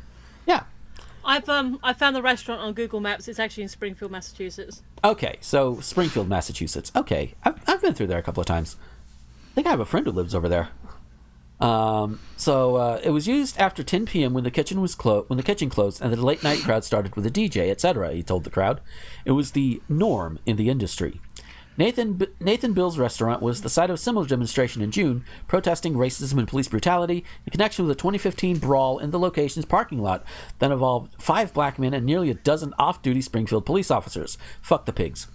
Allen, not that one, said the agreement came quickly after PVP head Tara Parrish indicated to him that they were willing to talk with Gossman. Allen, not that one. I need to stop doing that one. I think I gathered it's not that one. Yeah.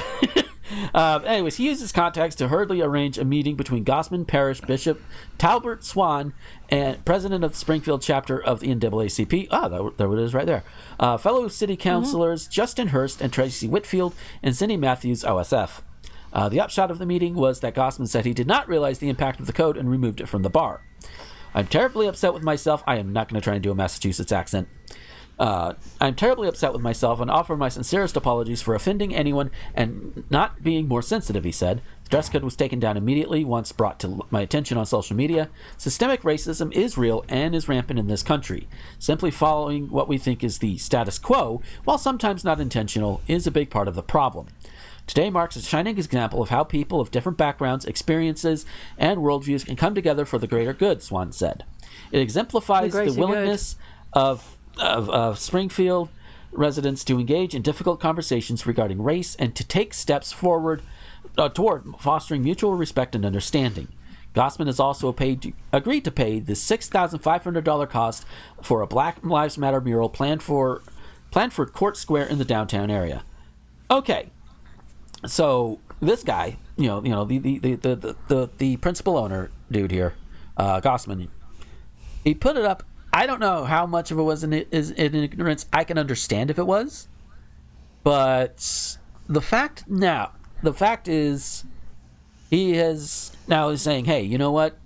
Whether he intended to or not, he did some racist shit, and he's correcting that, and he's even putting his money where his mouth is, saying, hey, you know what? I honestly really do believe in this, so here, boom, money. There you go.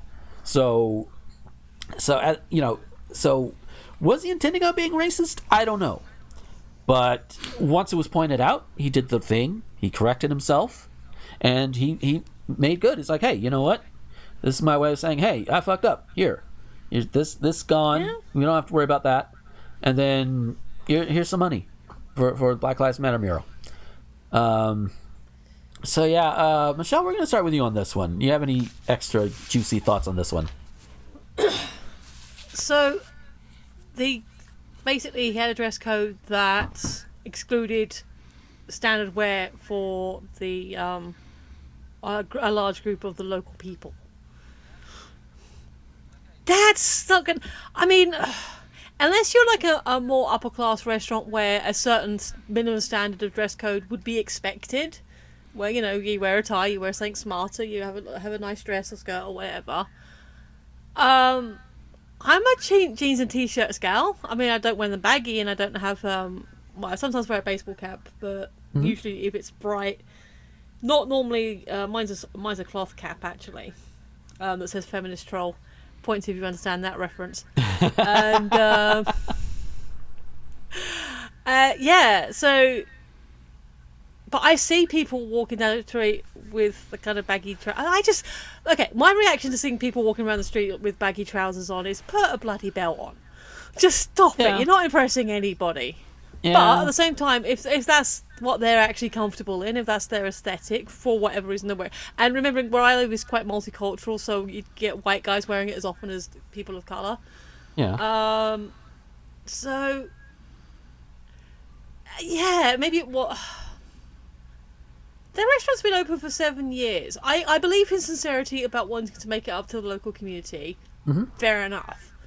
But how can you live in a community for 7 years and not realise that that's kind of what people wear? I mean, Springfield, from what I know about it, and it's not much, I admit, it's not exactly the biggest city. I mean, obviously not the biggest city in Massachusetts. That would be Boston.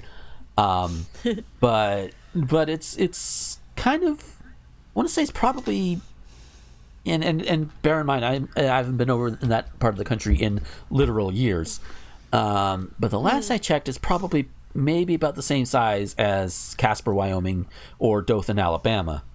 And when you have towns and cities that are small enough that to be that small, and even smaller, especially like here in Graceville, you could have things that go up and most people be like, okay, whatever, and they don't think about it because one reason or another, or maybe not enough of people made enough of a stink about it. Basically the climate. Sorry, go ahead. No, you carry on. Okay. The climate. Yeah, the climate at the time was most likely just that much different. Not saying it was okay even then, but it was just different enough that people didn't raise a stink about it. Like, I remember when my mother first moved up here to Graceville, and she was in high school age and shit. There were still whites only signs, and this was the mid '70s. Okay. So it was well past the time where shit like that was not supposed to be up. So yeah. Well, I'm looking at it on the map, and because I've still got it up, and the satellite map is there's the main shopping area. There's there is actually a shopping centre. There's a market. There's a tattoo place. There's a Springfield College School of Social Work. Yeah. There's a pizza place. There's a car rental. A couple of banks, and then there's on one side there's a massive wooded area. And as far as I can see, everything else around it is just really suburban. There's just houses everywhere. There's a few restaurants as you sort of scroll further down the map. But it looks like it's just that main centre of commerce and then just houses. Yeah. That sounds about right. It looks quite nice, actually. Yeah, Yeah, it looks really nice. sounds about Especially right. that big area of trees. Yeah. Yeah. So maybe, for want of using a term in a very probably not very sensitive way, and I apologise, it's probably not as urban as one would expect. Yeah. With massive air quotes there. Yeah, They were massive air quotes. definitely. So yeah, just from my, if I was to picture an American built-up area that would have a group of gentlemen, ladies and gentlemen, that were dressed in that kind of attire, it would be a lot more city type. Yeah. Whereas this doesn't look very city type. Yeah. So yeah, for my own admittedly bad biases based on probably American media, yeah, I would not necessarily picture a group of young black Americans in a suburban area necessarily. But again, that's my own biases, which I obviously need to work on. Yeah. But again, based on American media. Yeah. I just think dress codes in general are stupid. Yeah. Oh god, yeah. Like I said, unless you're a higher level place, Like, you want the to only be a dress bit codes more- that make sense are fucking safety protocols. Yeah. Yeah. In terms of things like PPP or whatever, it even goes back to when I was driving. There would be places I would drive. They would be like, "Hey, you need to put on pants before you go in here, like jean pants, not just cover up your bits." Yeah. But and they do this even in hot days. Even like if you're delivering to like a Walmart distribution center, they require you to wear closed-toe shoes. You can't just walk around there with flip-flops on, which Yeah. I normally kept like some sort of flip-flops on hand because they're easy to slide in and out of at the end of the day, and most places they don't have a problem with it. Even with my shoes being loafers, by the way. Gomer, you like puns, right? Of course I like puns. There you go. I will have a look at what you've put in later. It's a nun in full regalia going for a jog. Oh dear. It's a nun on the run. And the person says this to her and says, "In the name of the Holy Spirit, you go, sister." And she shouts back, "Amen." There you go. Oh, so anyways, let's go ahead and hit on to the next story. Rosen, I think you pretty much put it best as dress codes are stupid. Yeah. Oh god, we're doing this again. Yeah. Nah. So. No, you don't have to do the thing again. I think you just wanted to cut out me not hearing you properly. Yeah. No, I meant we're doing more dress code shit. Oh no, we're not doing more dress code shit. Oh, you're okay. I thought you were segueing. No, well, I am going on to the next story. So Chattanooga, Tennessee. I've been there. I used to drive for a trucking company that's based out of Chattanooga. Chattanooga itself is kind of a pretty city, but that's not what this is about. And it's fun to say. Yes, Chattanooga. Chattanooga. Yes, the Chattanooga Fire Department, or CFD, confirms a group of fishermen had to be rescued during a fishing trip that took a dangerous turn Saturday evening. CFD spokesperson Lindsay Rogers says it happened just after 6 p.m. off Amnicola Highway at the Chickamauga Dam locks. The Rogers say 3 people were fishing where they shouldn't have been and got caught in the locks when the turbines were on. The boat was pulled into the locks, trapping the fishermen. CFD officials had a lockmaster and TVA turn off the turbines and dispatched a fireboat as a precaution. Rogers say the water flow was cut off, allowing the fishermen to free themselves. The CFD confirms all 3 were uninjured. Battalion Chief Don Bowman says this was his 6th rescue at that location. 6th? The CFD recommends that no one venture into areas where it is posted that there are dangerous waters. No fucking shit. Okay, it's bad enough. I put this in there because I noticed. Okay, some dumbass fishermen were a little too close to the dam, and they got sucked in. Okay, that in and of itself is very stupid. While I am glad they're okay, I hope they learned their lesson. But 6 times, 6 rescues at that location. Really? Oh my God! How stupid are you people? And apparently, based on what I've read in this article, there are signs. There are signs that say, "Hey, this shit's dangerous." I really hope that it's 6 individual groups or persons and not the same person 6 times. Oh, I am hoping it's 6 I different- shot him 6 times! Just, oh my fucking god. Motherfuckers. I know that the stereotype is Southern people are stupid and dumb as bricks. Tennessee is part of the South, even though it snows up there. But it is considered part of the South. And just, y'all are not helping with the goddamn stereotypes. Oh, motherfuckers. Rosen, we're going to start with you on this one. Do you have any thoughts on it? No thoughts, head empty. Head very, very tired. Oh, how about you, Michelle? Wait, let me scroll back up a second, because... So... Yeah. So, there were 3 people stationed where they shouldn't have been and got caught in locks when they... Yeah. Don't follow the freaking signs, people! They're not Yeah. a suggestion, they're an order! Yeah. And even then, But- even without the signs, if you're going to be that close to, why would you go around a dam? I to mean, fish? okay, so... I don't know the geography of this place, so I don't know if this is a plausible thing. But if it's happened even more than once, and we know it's happened 6 times as the writing of this article, why is there any kind of fencing? I mean, if the fencing would be obtrusive, then I get it. But something, like a bigger post, something, put some string across. You would think. Something. Just, sign says, dangerous, don't fish here. Well, it's a good thing I can't read. Or something like that. If it's not practical to have fencing, at least some big solid metal posts that can be easily got around if you need to get around them for legitimate reasons, that say, do not fish here on every single corner. Yeah. And if it's quite wide, couple in the middle as well.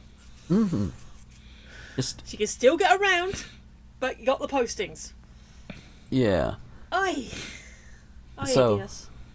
So, our next story comes out of Sacramento. Well, it's from a Sacramento CBS station, but it's technically in Roseville. Sacramental? Sacramento, it all works. Sacrament. So, out of Roseville, California. God. Yeah, we've seen a lot of confrontations involving masks, including verbal fights, physical altercations, and even coughing fits. But this one might top it all when a regular day at work turned into quite a show at the Verizon store off Galleria Boulevard in Roseville. In a 911 call, you hear a dispatch operator tell an officer 3 people are refusing to leave, not wearing a mask. They've asked several times, and she refuses.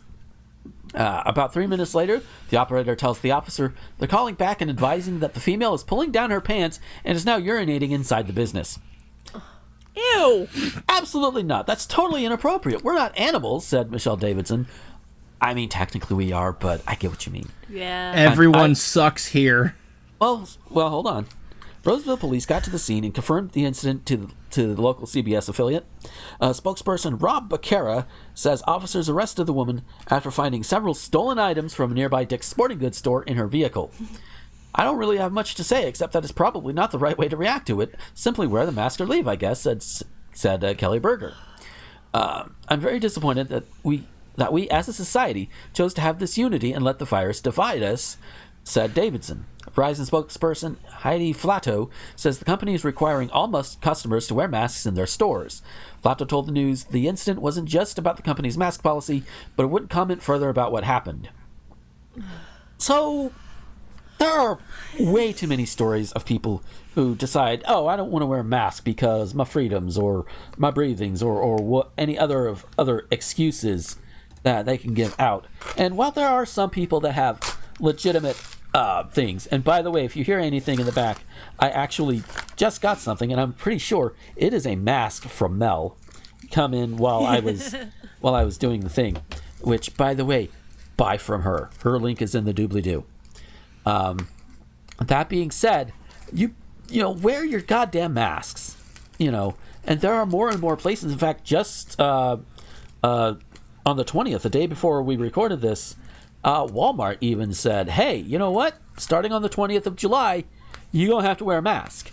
And I almost kind of want to go down to the local Walmart after this and just see the clusterfuck happen. Because there are going to be people who complain. So, at any rate, Michelle, what do you have to say about this?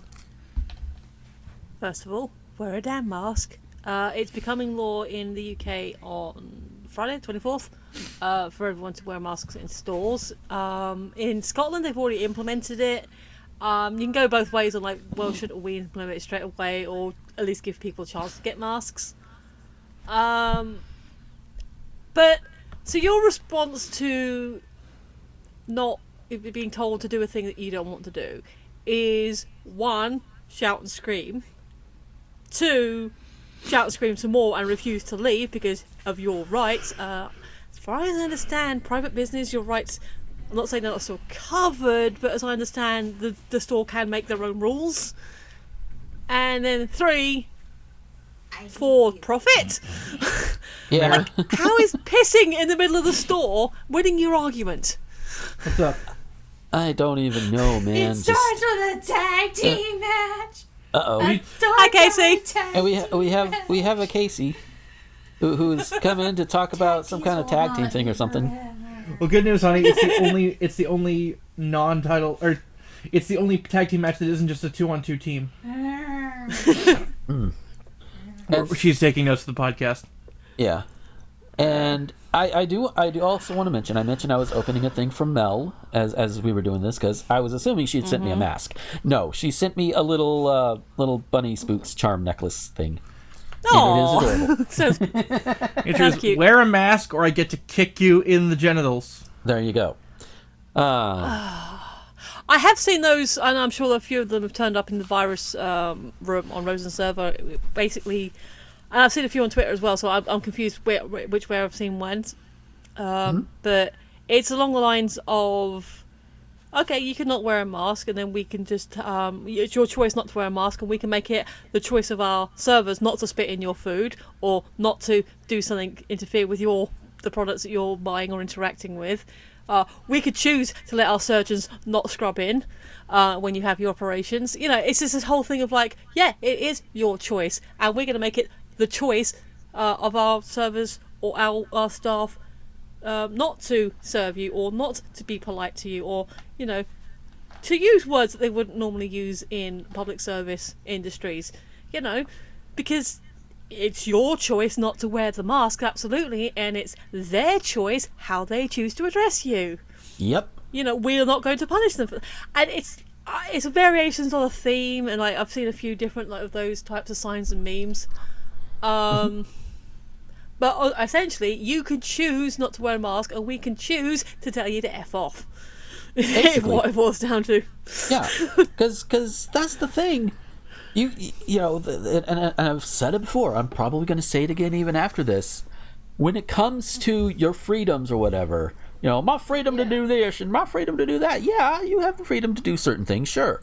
But there are two things. One, your freedoms end where mine begin. That means wear your damn mask, because I should have the freedom to go walk around without having to be worried about getting the COVID from one of you fuckers. And which is why I wear the mask, because I'm pretty sure if you got the COVID from me, you'd be just as pissed at me, and justifiably so. But also, it also goes into like speech or whatever. Your freedoms, your actions, your words, they do have consequences. If you're walking around without a mask, well, we're seeing the consequences of that. Because hey, most every other country has got this shit licked in comparison to us. Yeah. You know, whereas here, it's like they find so many excuses. So, and that's what they pretty much are. You have that rarity where it is a health problem wearing a mask, but that is so rare that it is practically non-existent. Just and in a lot of cases, in a lot of these threads I've seen, people who do legitimately with asthma or other breathing problems, they usually are like, yeah, I'm having this problem, but I'm still wearing a mask, or I'm limiting my time outside, or I'm making other arrangements. The people with legitimate issues are wearing masks. Yeah. I mean, I think both Mel and Becky tend to have. I know Mel in particular does have some breathing problems with like gases and stuff. I if I remember correctly, not only is she making the masks, she's wearing the masks. So if she can do it, if she can do it, what's y'all's excuse? Yeah, I was wearing my mask the last couple of days when I had to go out and about, and it was a little bit. It was getting a bit warm, especially steaming up my glasses a little bit. But you know what? When I wasn't next to people, there's a clear thing around me. I took it off for a couple of minutes. I took a couple of deep breaths. I put it straight back on. If someone was coming near me, I put it back on. When I went to the shop, it was on. Yeah, and when I've probably mentioned it on other places before. If I'm out driving on my own in my car, and I don't plan on getting out, the mask stays in my pocket. Now, if I decide to stop at a Walmart or wherever, I'll get it out and put it on. Even if I'm just getting out to pump gas, I'll get it out and put it on. There's this one little thing. When last time I went on a longer drive, I had to stop to get gas somewhere. And, I see the people going around. I'm side-eyeing the ones that are not wearing masks, but, as I do. But then there was this guy. He pulled up on the opposite end on the other side of the pump from me, and he goes in. I'm like, okay, he's probably just getting gas or whatever. I also want to note at this point, I noticed that there were some parking spaces available in front of the store, for those who just want to go in and not get gas or anything. Comes back out, and then he drives off, and I'm like, you motherfucker, unless you tried to get gas and couldn't, there was no reason for you to stand there, for to park there. Somebody else could have gotten gas, fucking dickhead.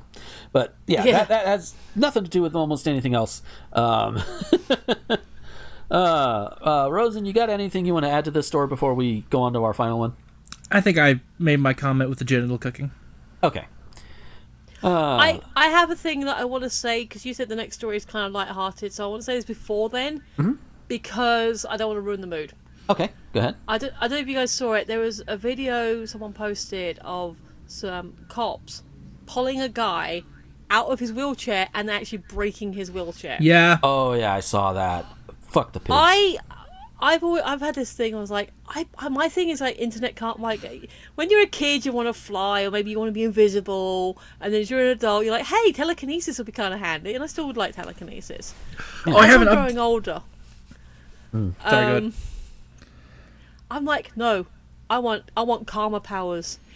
It's like I kind of started developing this idea for like, if you're saying something on the internet, if you've posted something that makes people go, oh, whatever, like if you're giving someone a visceral reaction that makes them want to slap you from reading it, and you genuinely still believe what you posted, no matter when you posted it, you feel that slap. Doesn't matter where you are, what you're doing. If someone's read what you've posted, it's made them want to slap you. You feel that slap, punching, kicking, whatever, like proportional to what you've written and how much you still believe in it.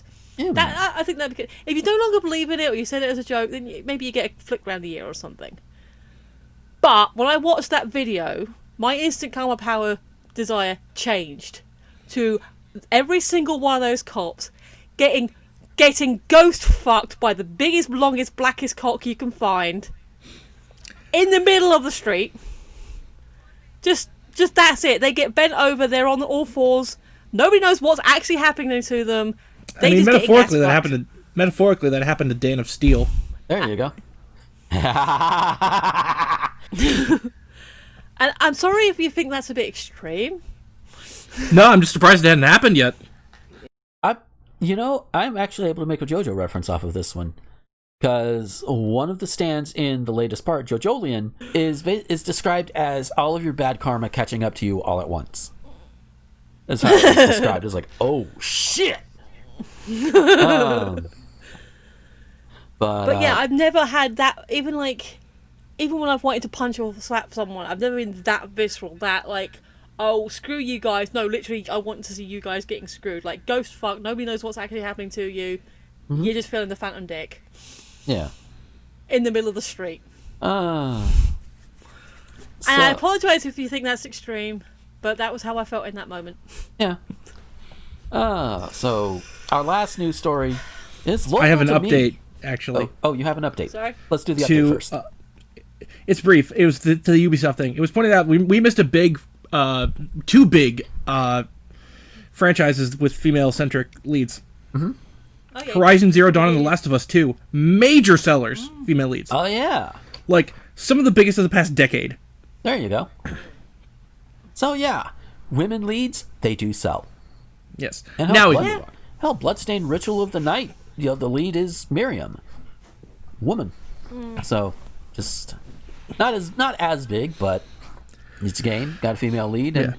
the Bloodstained series is doing all right. So Yeah. anyway, to our final news story, local to me. So this took place in the Taint of Florida. Oh, dear. Place called Laurel Hill, and based on the highway. What about Lauren Hill? Say again? What about Lauren Hill? No, Laurel Hill. Oh, okay. Where is the Yeah. But based on the state road number, it is likely near. I want to say near Crestview. Crestview or Defuniak Springs. It's in Okaloosa County, so it's just a couple of counties away. Multiple motorists trying to avoid head-on collision say they were forced off of State Road 85 Sunday night by a man heading south who repeatedly drove into the northbound lanes. It happened south of Laurel Hill around 6:30 p.m., according to a press release from the Okaloosa County Sheriff's Office. After a traffic stop on the reckless vehicle, Sheriff's Office deputies found two small children crying loudly in the 2012 Dodge, which was being driven by 42-year-old Timothy Gajka of Crestview. Gajka then told deputies he was just trying to scare the kids because they were misbehaving. He was charged with DUI, 2 counts of child neglect, and possession of marijuana. I keep telling these people they need to keep their kids away from gotcha games. But, I've been on both sides of the whole child I think we all have at some point or another been on at least one side of the child misbehaving while going down the road. The issue, Hang on.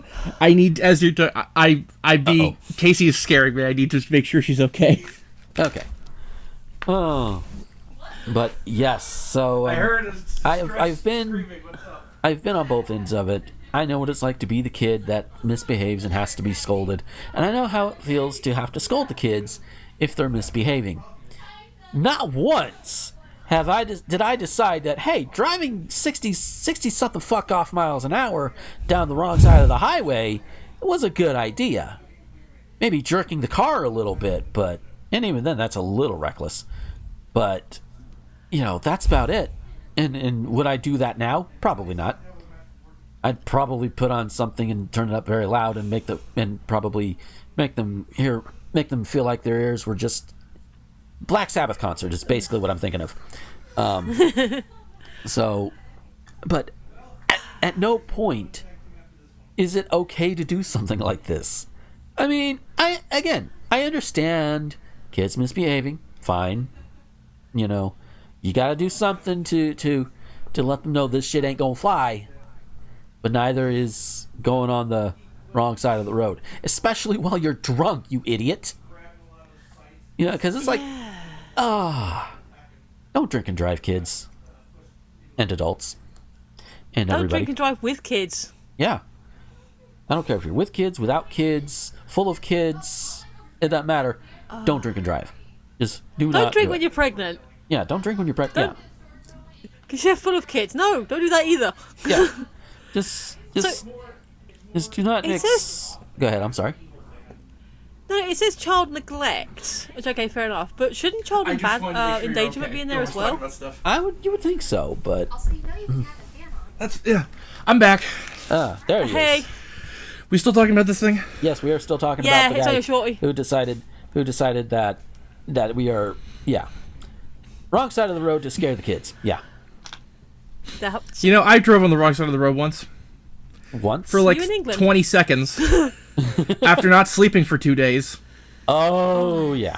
on a one-way road with no sign. With no sign in my defense. Okay.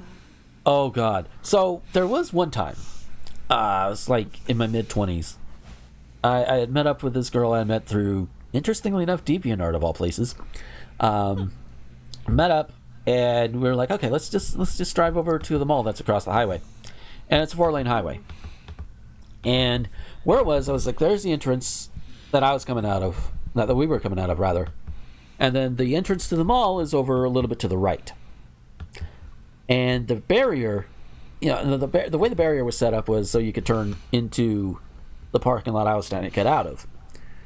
I decided, for whatever reason, to go straight and go through the wrong way, and then go against the flow of traffic to get into the other area.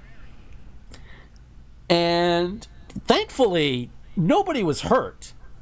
I think I made several people shit themselves, though. I look back now and laugh, but at the time, I think the poor girl was traumatized.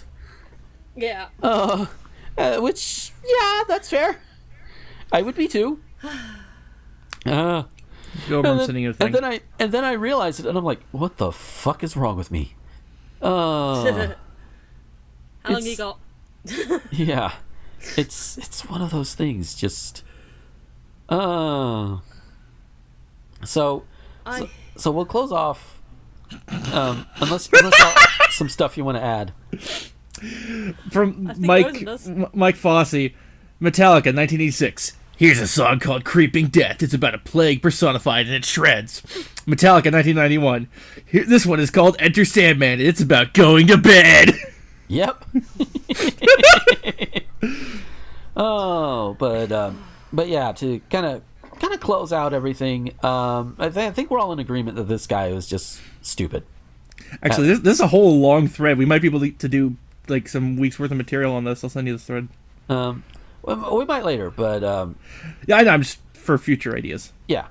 So, but yeah, to close out the show, this thing that Rosanna sent me, you guys know the whole "Don't Tread on Me" snake flag thing or whatever. Yeah. So where did that start? Founding fathers, I guess. I don't know. As it's very clear, I'm going to take a nap after this. Yeah, I think we all are.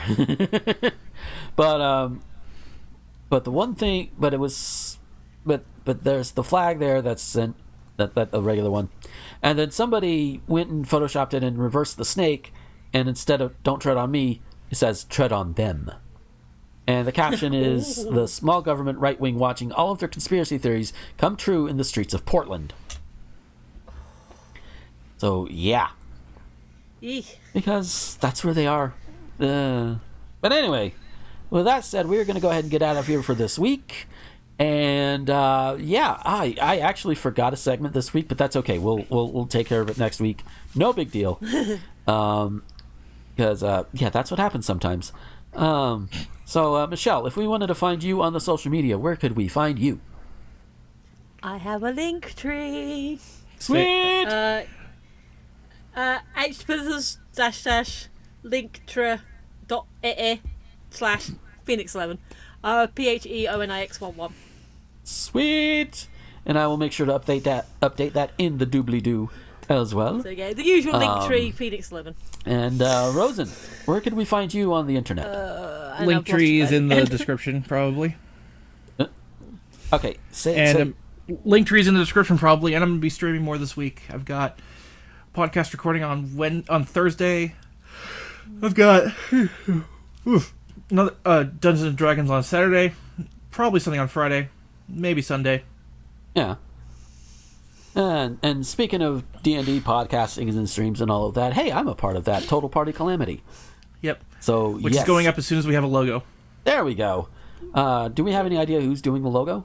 I believe it's either Casey or Becky. I'm not sure which. I think Casey's doing the logo and Becky's doing the artwork. I think that's the thing. I'll double check I will double check with them. Yeah, I was going to say, if you want good logo work and you're still on the fence, well, I'm biased, but I figured we might as well do 50-50 here. Yeah, definitely. But speaking of Becky, she does have a card thing which is similar to a link tree, and that's all in the doobly-doo as well. Mel does not, but again, as I mentioned, her Etsy shop where you get the masks is also in the doobly-doo. Get a mask, wear a mask. As for me personally, I also have the link tree, linktr.ee/Gomer21XX. That's got everything from the Twitters to the Facebooks to the YouTubes to the Anchor link if you want to support us through Anchor support, Patreon. Again, if you want to support us that way, that'll be great. I need to make sure I put all of the subreddits that I've got too. So those are in there, and then there's also the Discord.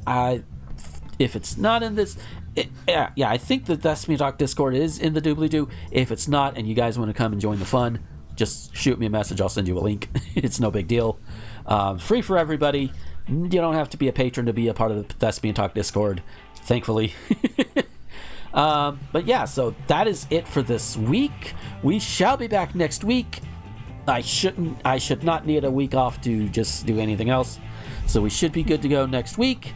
And yeah, until next time, this is Gomer, the Ranting Thespian, with Michelle and Rosenthorn, signing off. Bye. Yeah, bye.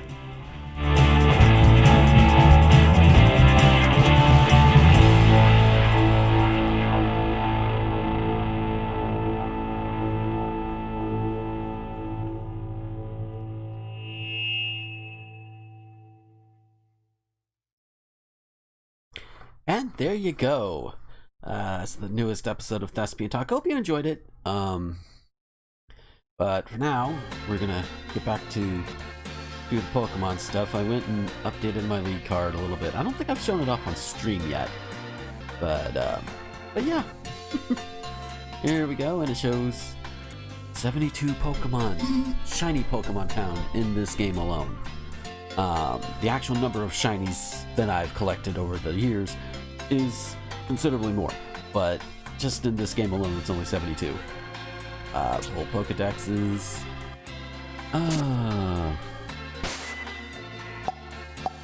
So let us get back to it. We have nighttime. Ooh. And a spin.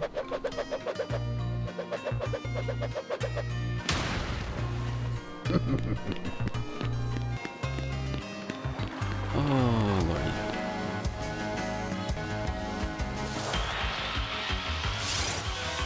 It would have been hilarious if, like, the first Pokemon I ran into was a shiny. That would be hilarious. But, alas, it were not meant to be. Did I not, like... No, I just pulled out different Pokemon. Never mind. I was thinking, wait, did I restore my Cinderace? No, I put it away. Never mind.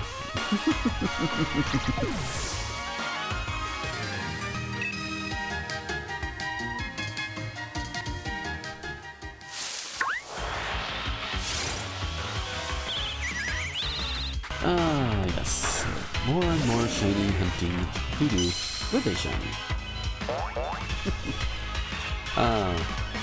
So I showed the clip of the Wailord, of the shiny Wailord battle to one of my friends, and she notices, she's like, oh my god, that's awesome.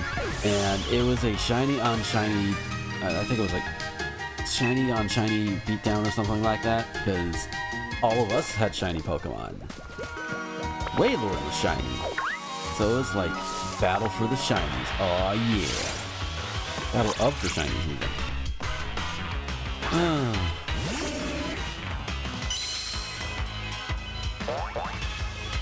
Boink boink. Oh, I almost forgot to do a thing. Oops. There we go. Re-update that stream info because that's important. Alright. So you're not shiny, so fuck off.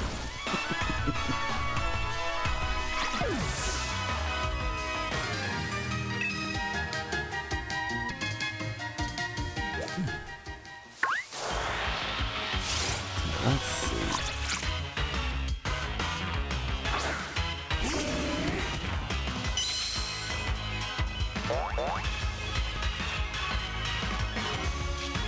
Reading directions. Rant at him. Yeah, that's it. Alright.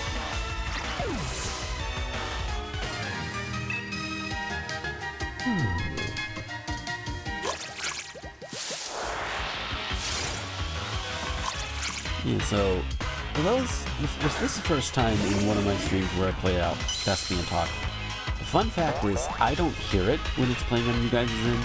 I know it records and I know it goes out, but I just don't hear it over here, and I honestly prefer it that way because I do not want to listen to myself talk for an hour and a half unless I'm talking, you know, if that makes any sense. Like, and I'm the one who edits the show, so it's like it's one of those things. Weird, but one of those things where it's like I'm not fully not confident, but comfortable, really getting satisfied with my voice, or at least in terms of listening back to it. I mean, I can talk a motor mouth for a whole damn stream if I want to, or if I need to. But, you know, listening back to a recording, nah. Not really my thing. I've had to do it, I've done it. I can do it if I need to, but I would just rather get it done as quickly as possible. I tend to know what I want to edit out when I go to do, like, pre-recorded stuff. So, at least I know, okay, get in, get the thing, get out. Make it as quick as possible. With podcasts, as you hear, it's definitely what I call live style. So that would be, with a couple of exceptions to edit out for like the break stuff, and there was one moment where I had to edit around some things because just forgot to do things. Oh, hey, Becky's here! Yay! He's Becky. Yo, you know what? I love her.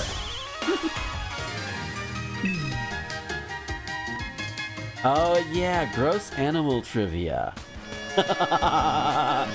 Yeah, you shared it with them after, at least at the same time, if not before, after sharing it with me.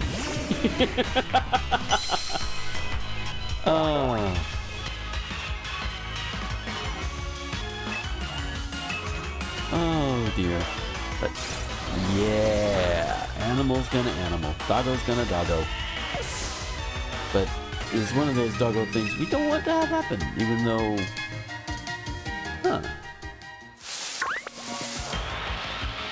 like, would it even be functional?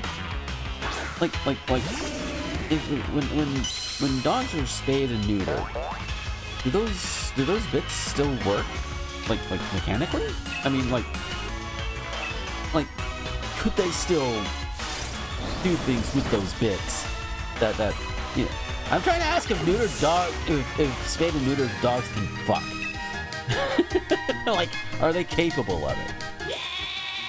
Which is a weird thing to bring up while I'm hunting woolly. And I realize this. But But then again, there are also humans who have like all of their, you know, like I've got a friend who's had like, I want to say mastectomy, but that's not the word. Where you get the uterus and the everything taken out.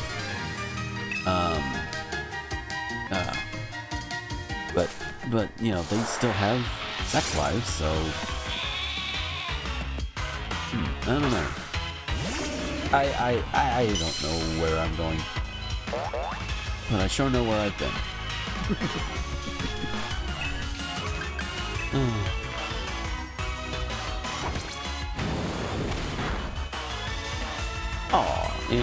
And Sydney, for those who are new and don't know, Sydney is one of her doggos, and she likes to burrow, and he's adorable.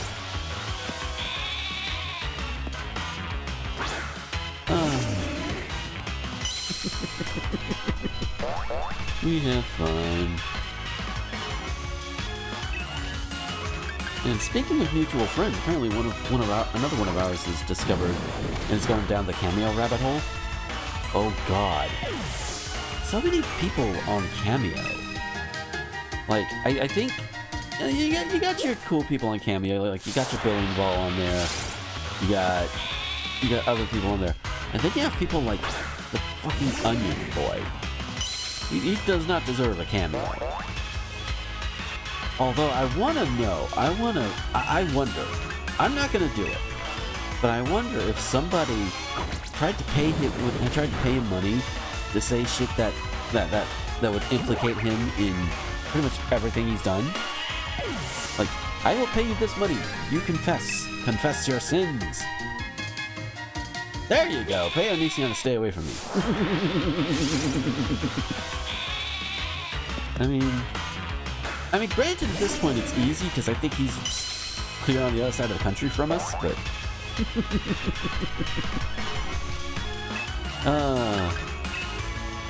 but yeah, play like, oh god, what if we went the old communism kills route?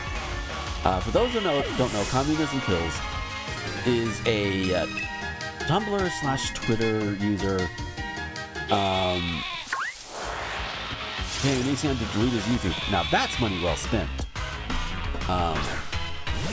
But yeah, one of the things about this communism kills person was that she had a Patreon, and her goal was, she had one of her goals, like, what was it, $8,000 or something? And if she reached that goal, like, for $8,000 a month, she would shut the fuck up. Because she would be putting out all sorts of just a weird right-wing whack shit, and of course, people would criticize her and dogpile on her every now and then. Which, you know, hey, that's what happens when you put stuff out there. Sometimes you get people dogpiling on you. Right or wrong, it happens.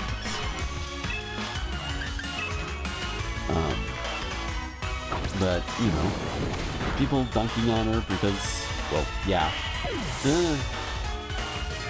Just $8,000 and I'll shut the fuck up. Right. If I got $8,000 a month just to shut the fuck up, actually, I probably would take it. I'm kidding. I would take it, and then I would take it for a couple months, then lay low, and then I would come back with all sorts of new shit. Now with a budget. Does that mean? Probably. Are they taking advantage of people who really want you to just shut the fuck up? Yeah. Did I accidentally expose her plan? Probably. Make money and never shut the fuck up.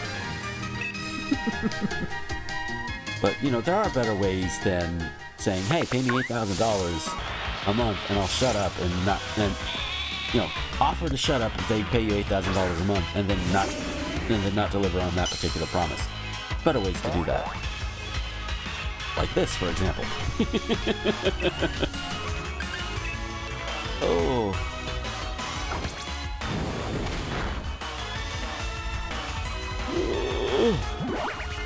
Ooh, Jeebus. Knocking out all these Wooloo. What did these Wooloo do to you? They're in my way and they're not shiny.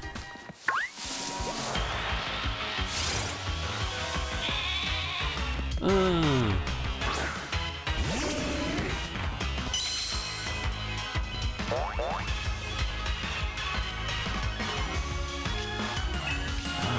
foul play, more foul play.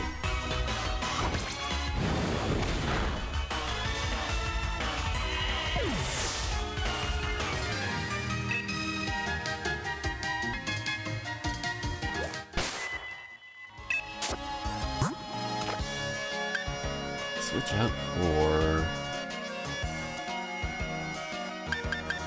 Rachi, because why not? Hey, Wooloo, you're gonna get smacked down by a mythical. Enjoy it. And Rookity too.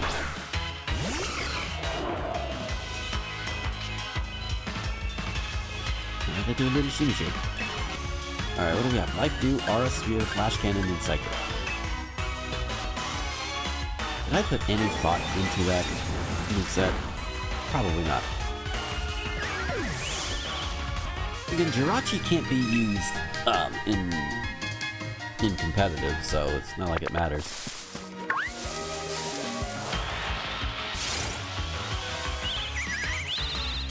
Or I should say official competitive.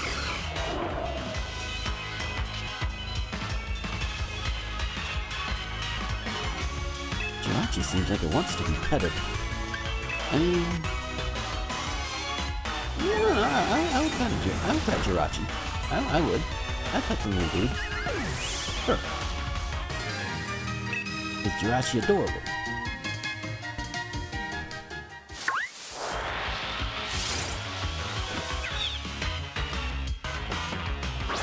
Nick it with a little swooshy swoosh of the tail.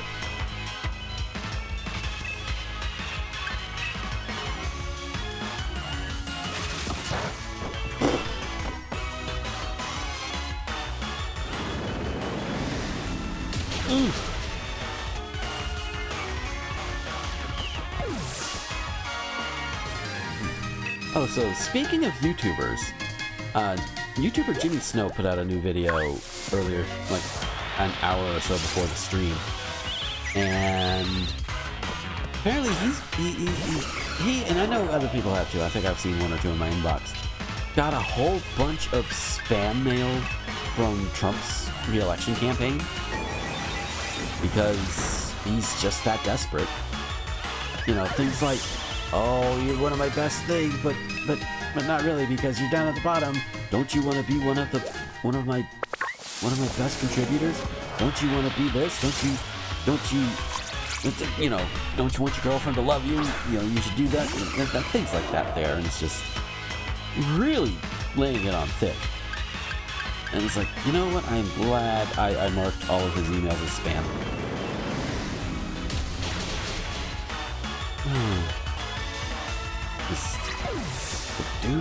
The dude is more desperate than an incel on Tinder.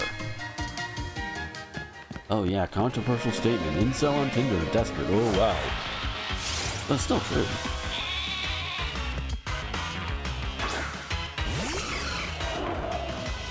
Oh dear.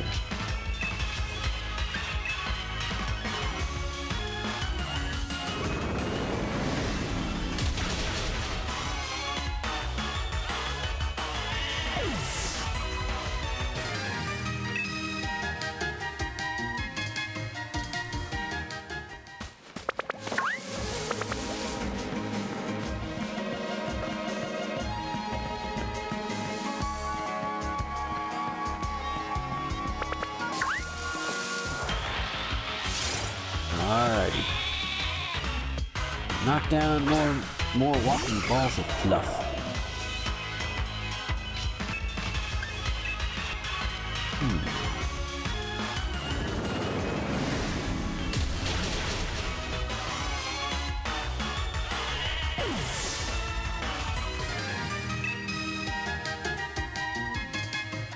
Yeah, now that I'm thinking about politicians that send out emails, one of our Congress critters here in Florida sent one out like a few days ago. Matt Gaetz. You know, the one who's not the bald baby looking fuck. Although Rick Scott's in the Senate, not the House, but still. But yeah, I admit I looked at it because it's like, you know, maybe there's something I can fuss about or whatever.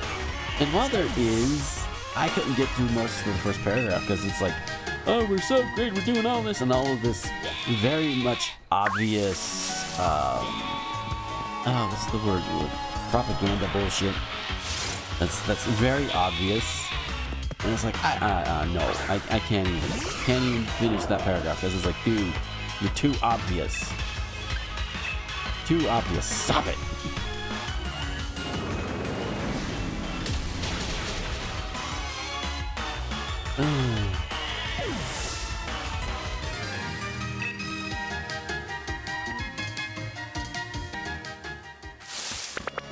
What's up, Rookie? Come here. Yeah, I gotta wonder how it works in universe. Because for us, we can't see if a Pokemon is shiny until we walk up to it. But in universe, that's gotta be weird. It's like, you walk up to a Pokemon and all of a sudden it changes color? What? And it's sparkling? That's gotta be weird, man.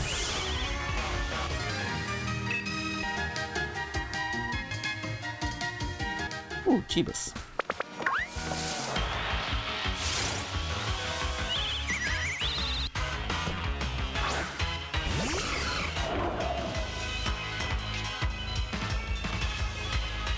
unnerved. I like the fact that the fucking mythical Pokemon can be unnerved by basically a walking face with wings. Like, well, okay, when I put it that way, a walking face with wings, I think that would unnerve just about anybody. Well, except for the fact that this is Rookity, and Rookity is just adorable.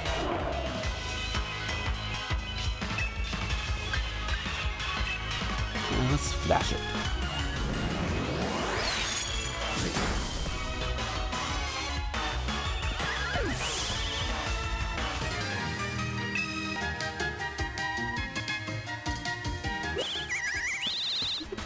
Can you imagine other ways that some of these move names could be used, like Flash Cannon?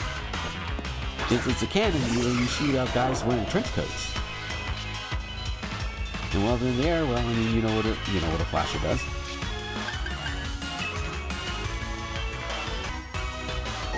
That would be kind of funny though, just for the visual of it. Just now, here's our flash cannon. Boom! Oh! Hey, look at the dick! Oh! Oh, I don't know where my mind goes sometimes. He's very weird.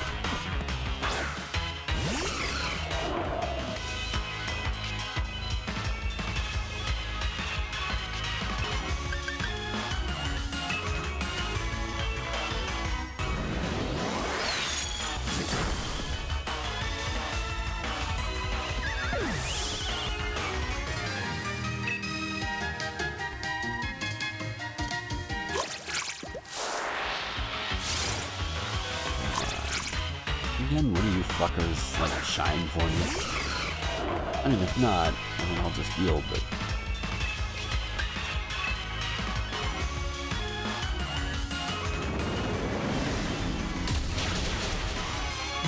Still like the fact that I basically did an opening on the latest Thespian talk because I thought it was gonna be a mask.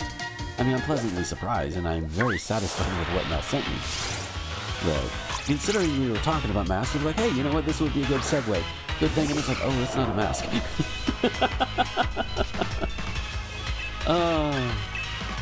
Is always welcome, though.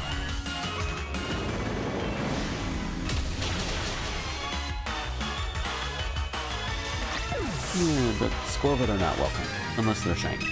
Then we can welcome them.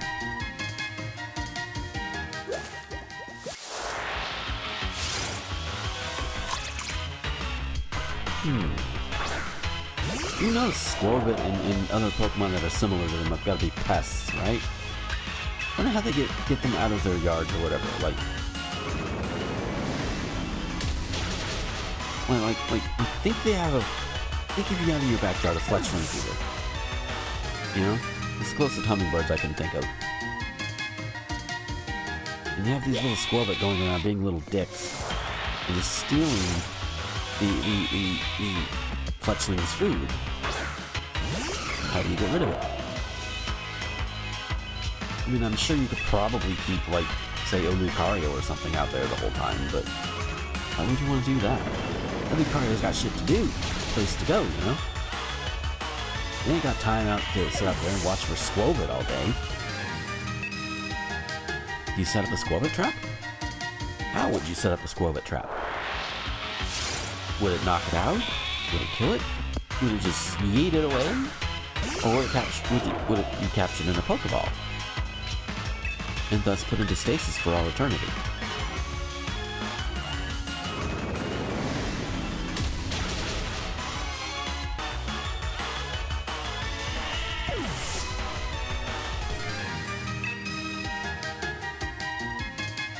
And I have nothing to follow that up with.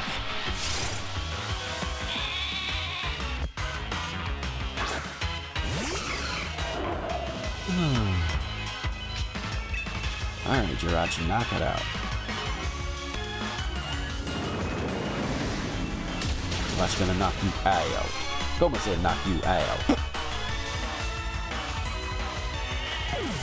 Who is that from, anyway?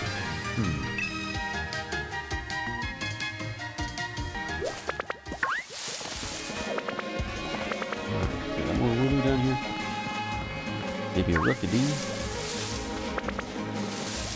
Hey!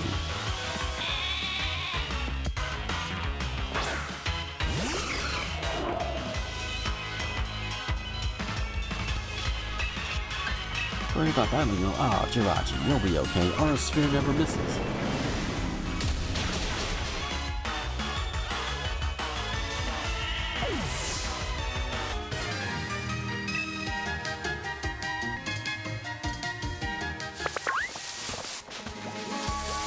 Come on, everybody. You are not shiny. Pox on you. And by a pox, I mean I'm gonna knock you out. A very handy flash cannon. Oh god, it would be so cool if if like Jirachi opened its third eye down there and like flash cannon came out of its eye and it was like, boom, it was like, oh, that would be awesome.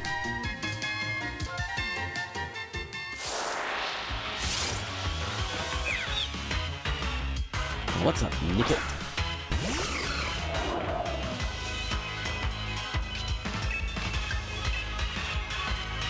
Of course you are. 1 HP because every attack has to do some kind of damage.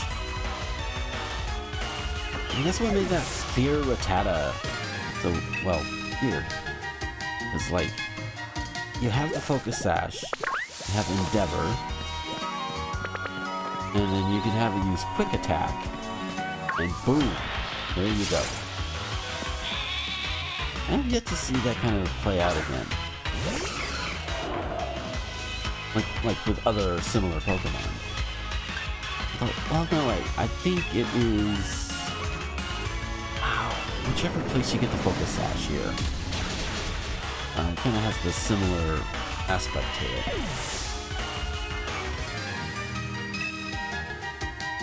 But you need a good priority move in order to make use of that particular strategy.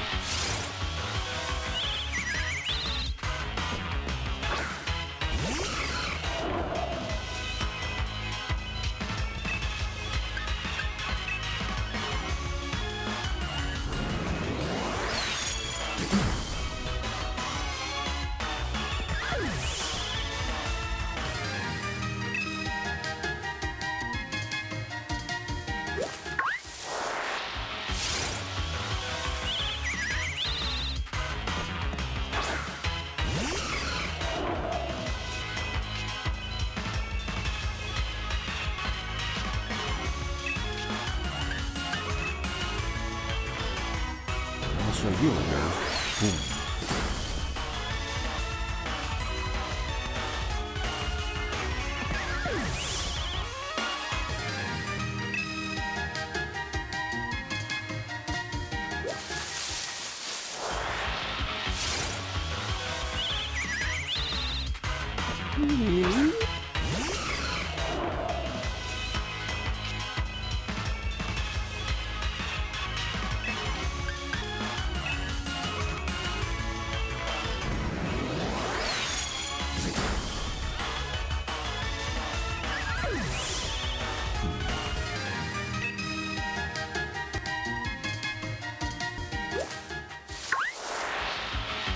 He's gonna try and go around you, but okay.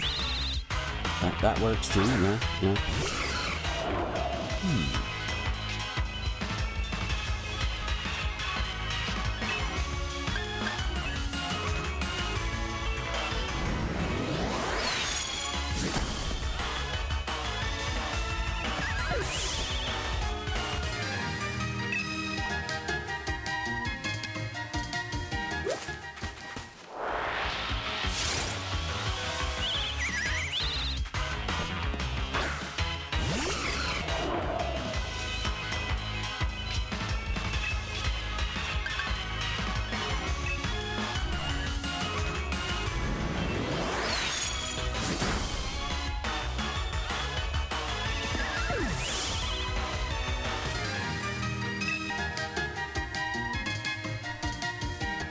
Oh yeah, thrilling commentary, right, y'all?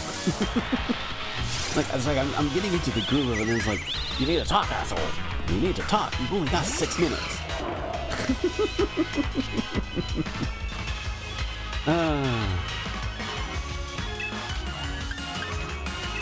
Oh, lordy.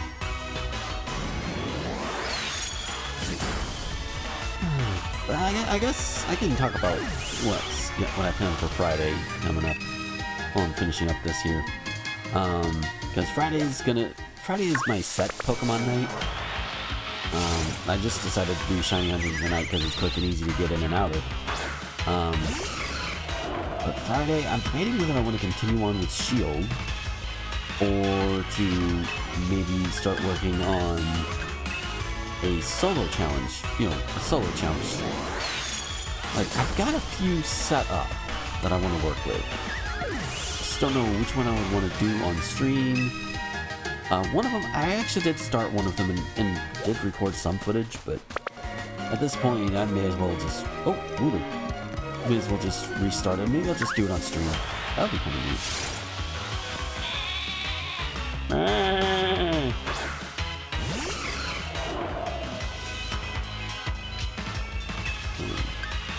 But yeah, I'm gonna debate on that between now and Friday, though, on which Pokemon thing I'm gonna do.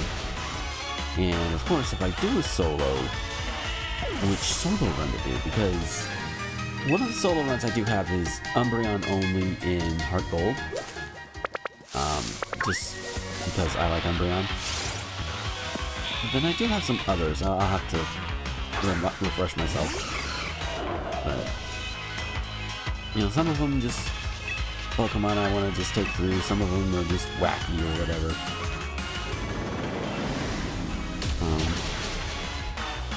And I'd probably follow the same format that a lot of these single Pokemon challenges run.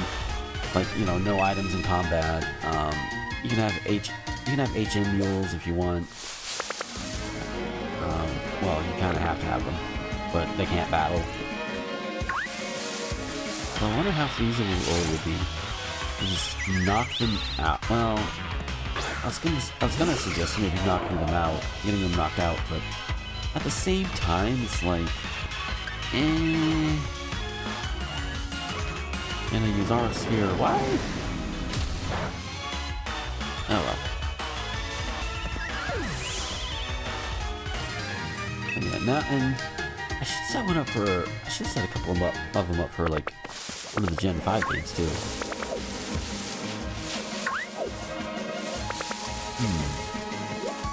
There is, I think it's the Pokemon Silver randomizer that I was doing like a month or two ago that I could get back into. I'm not sure yet. Alright.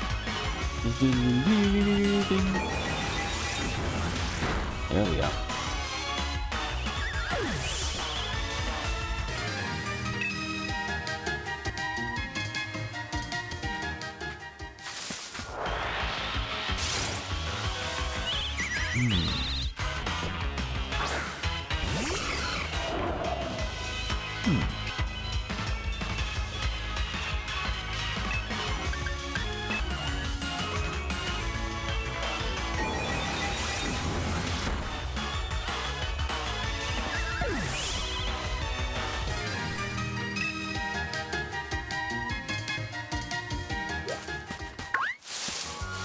Someone's hiding there. Just a squab it. It's just a squab it.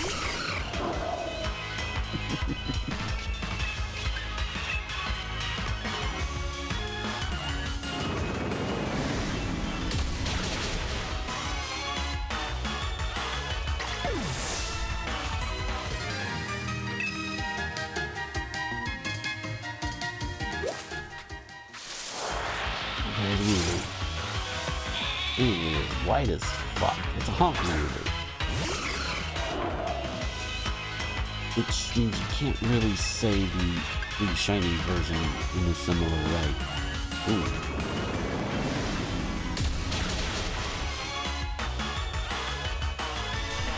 Maybe referring to Wooloo in a shiny form is in that sense is like, no. No.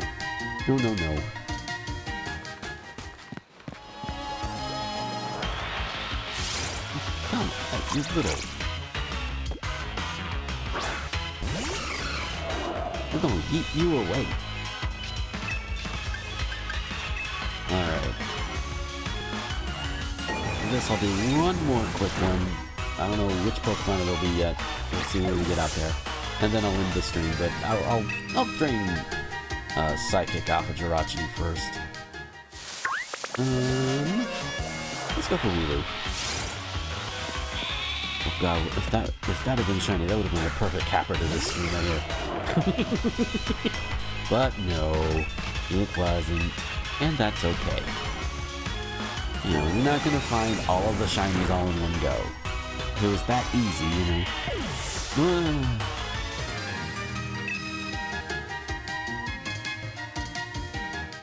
But I will go ahead and save on up.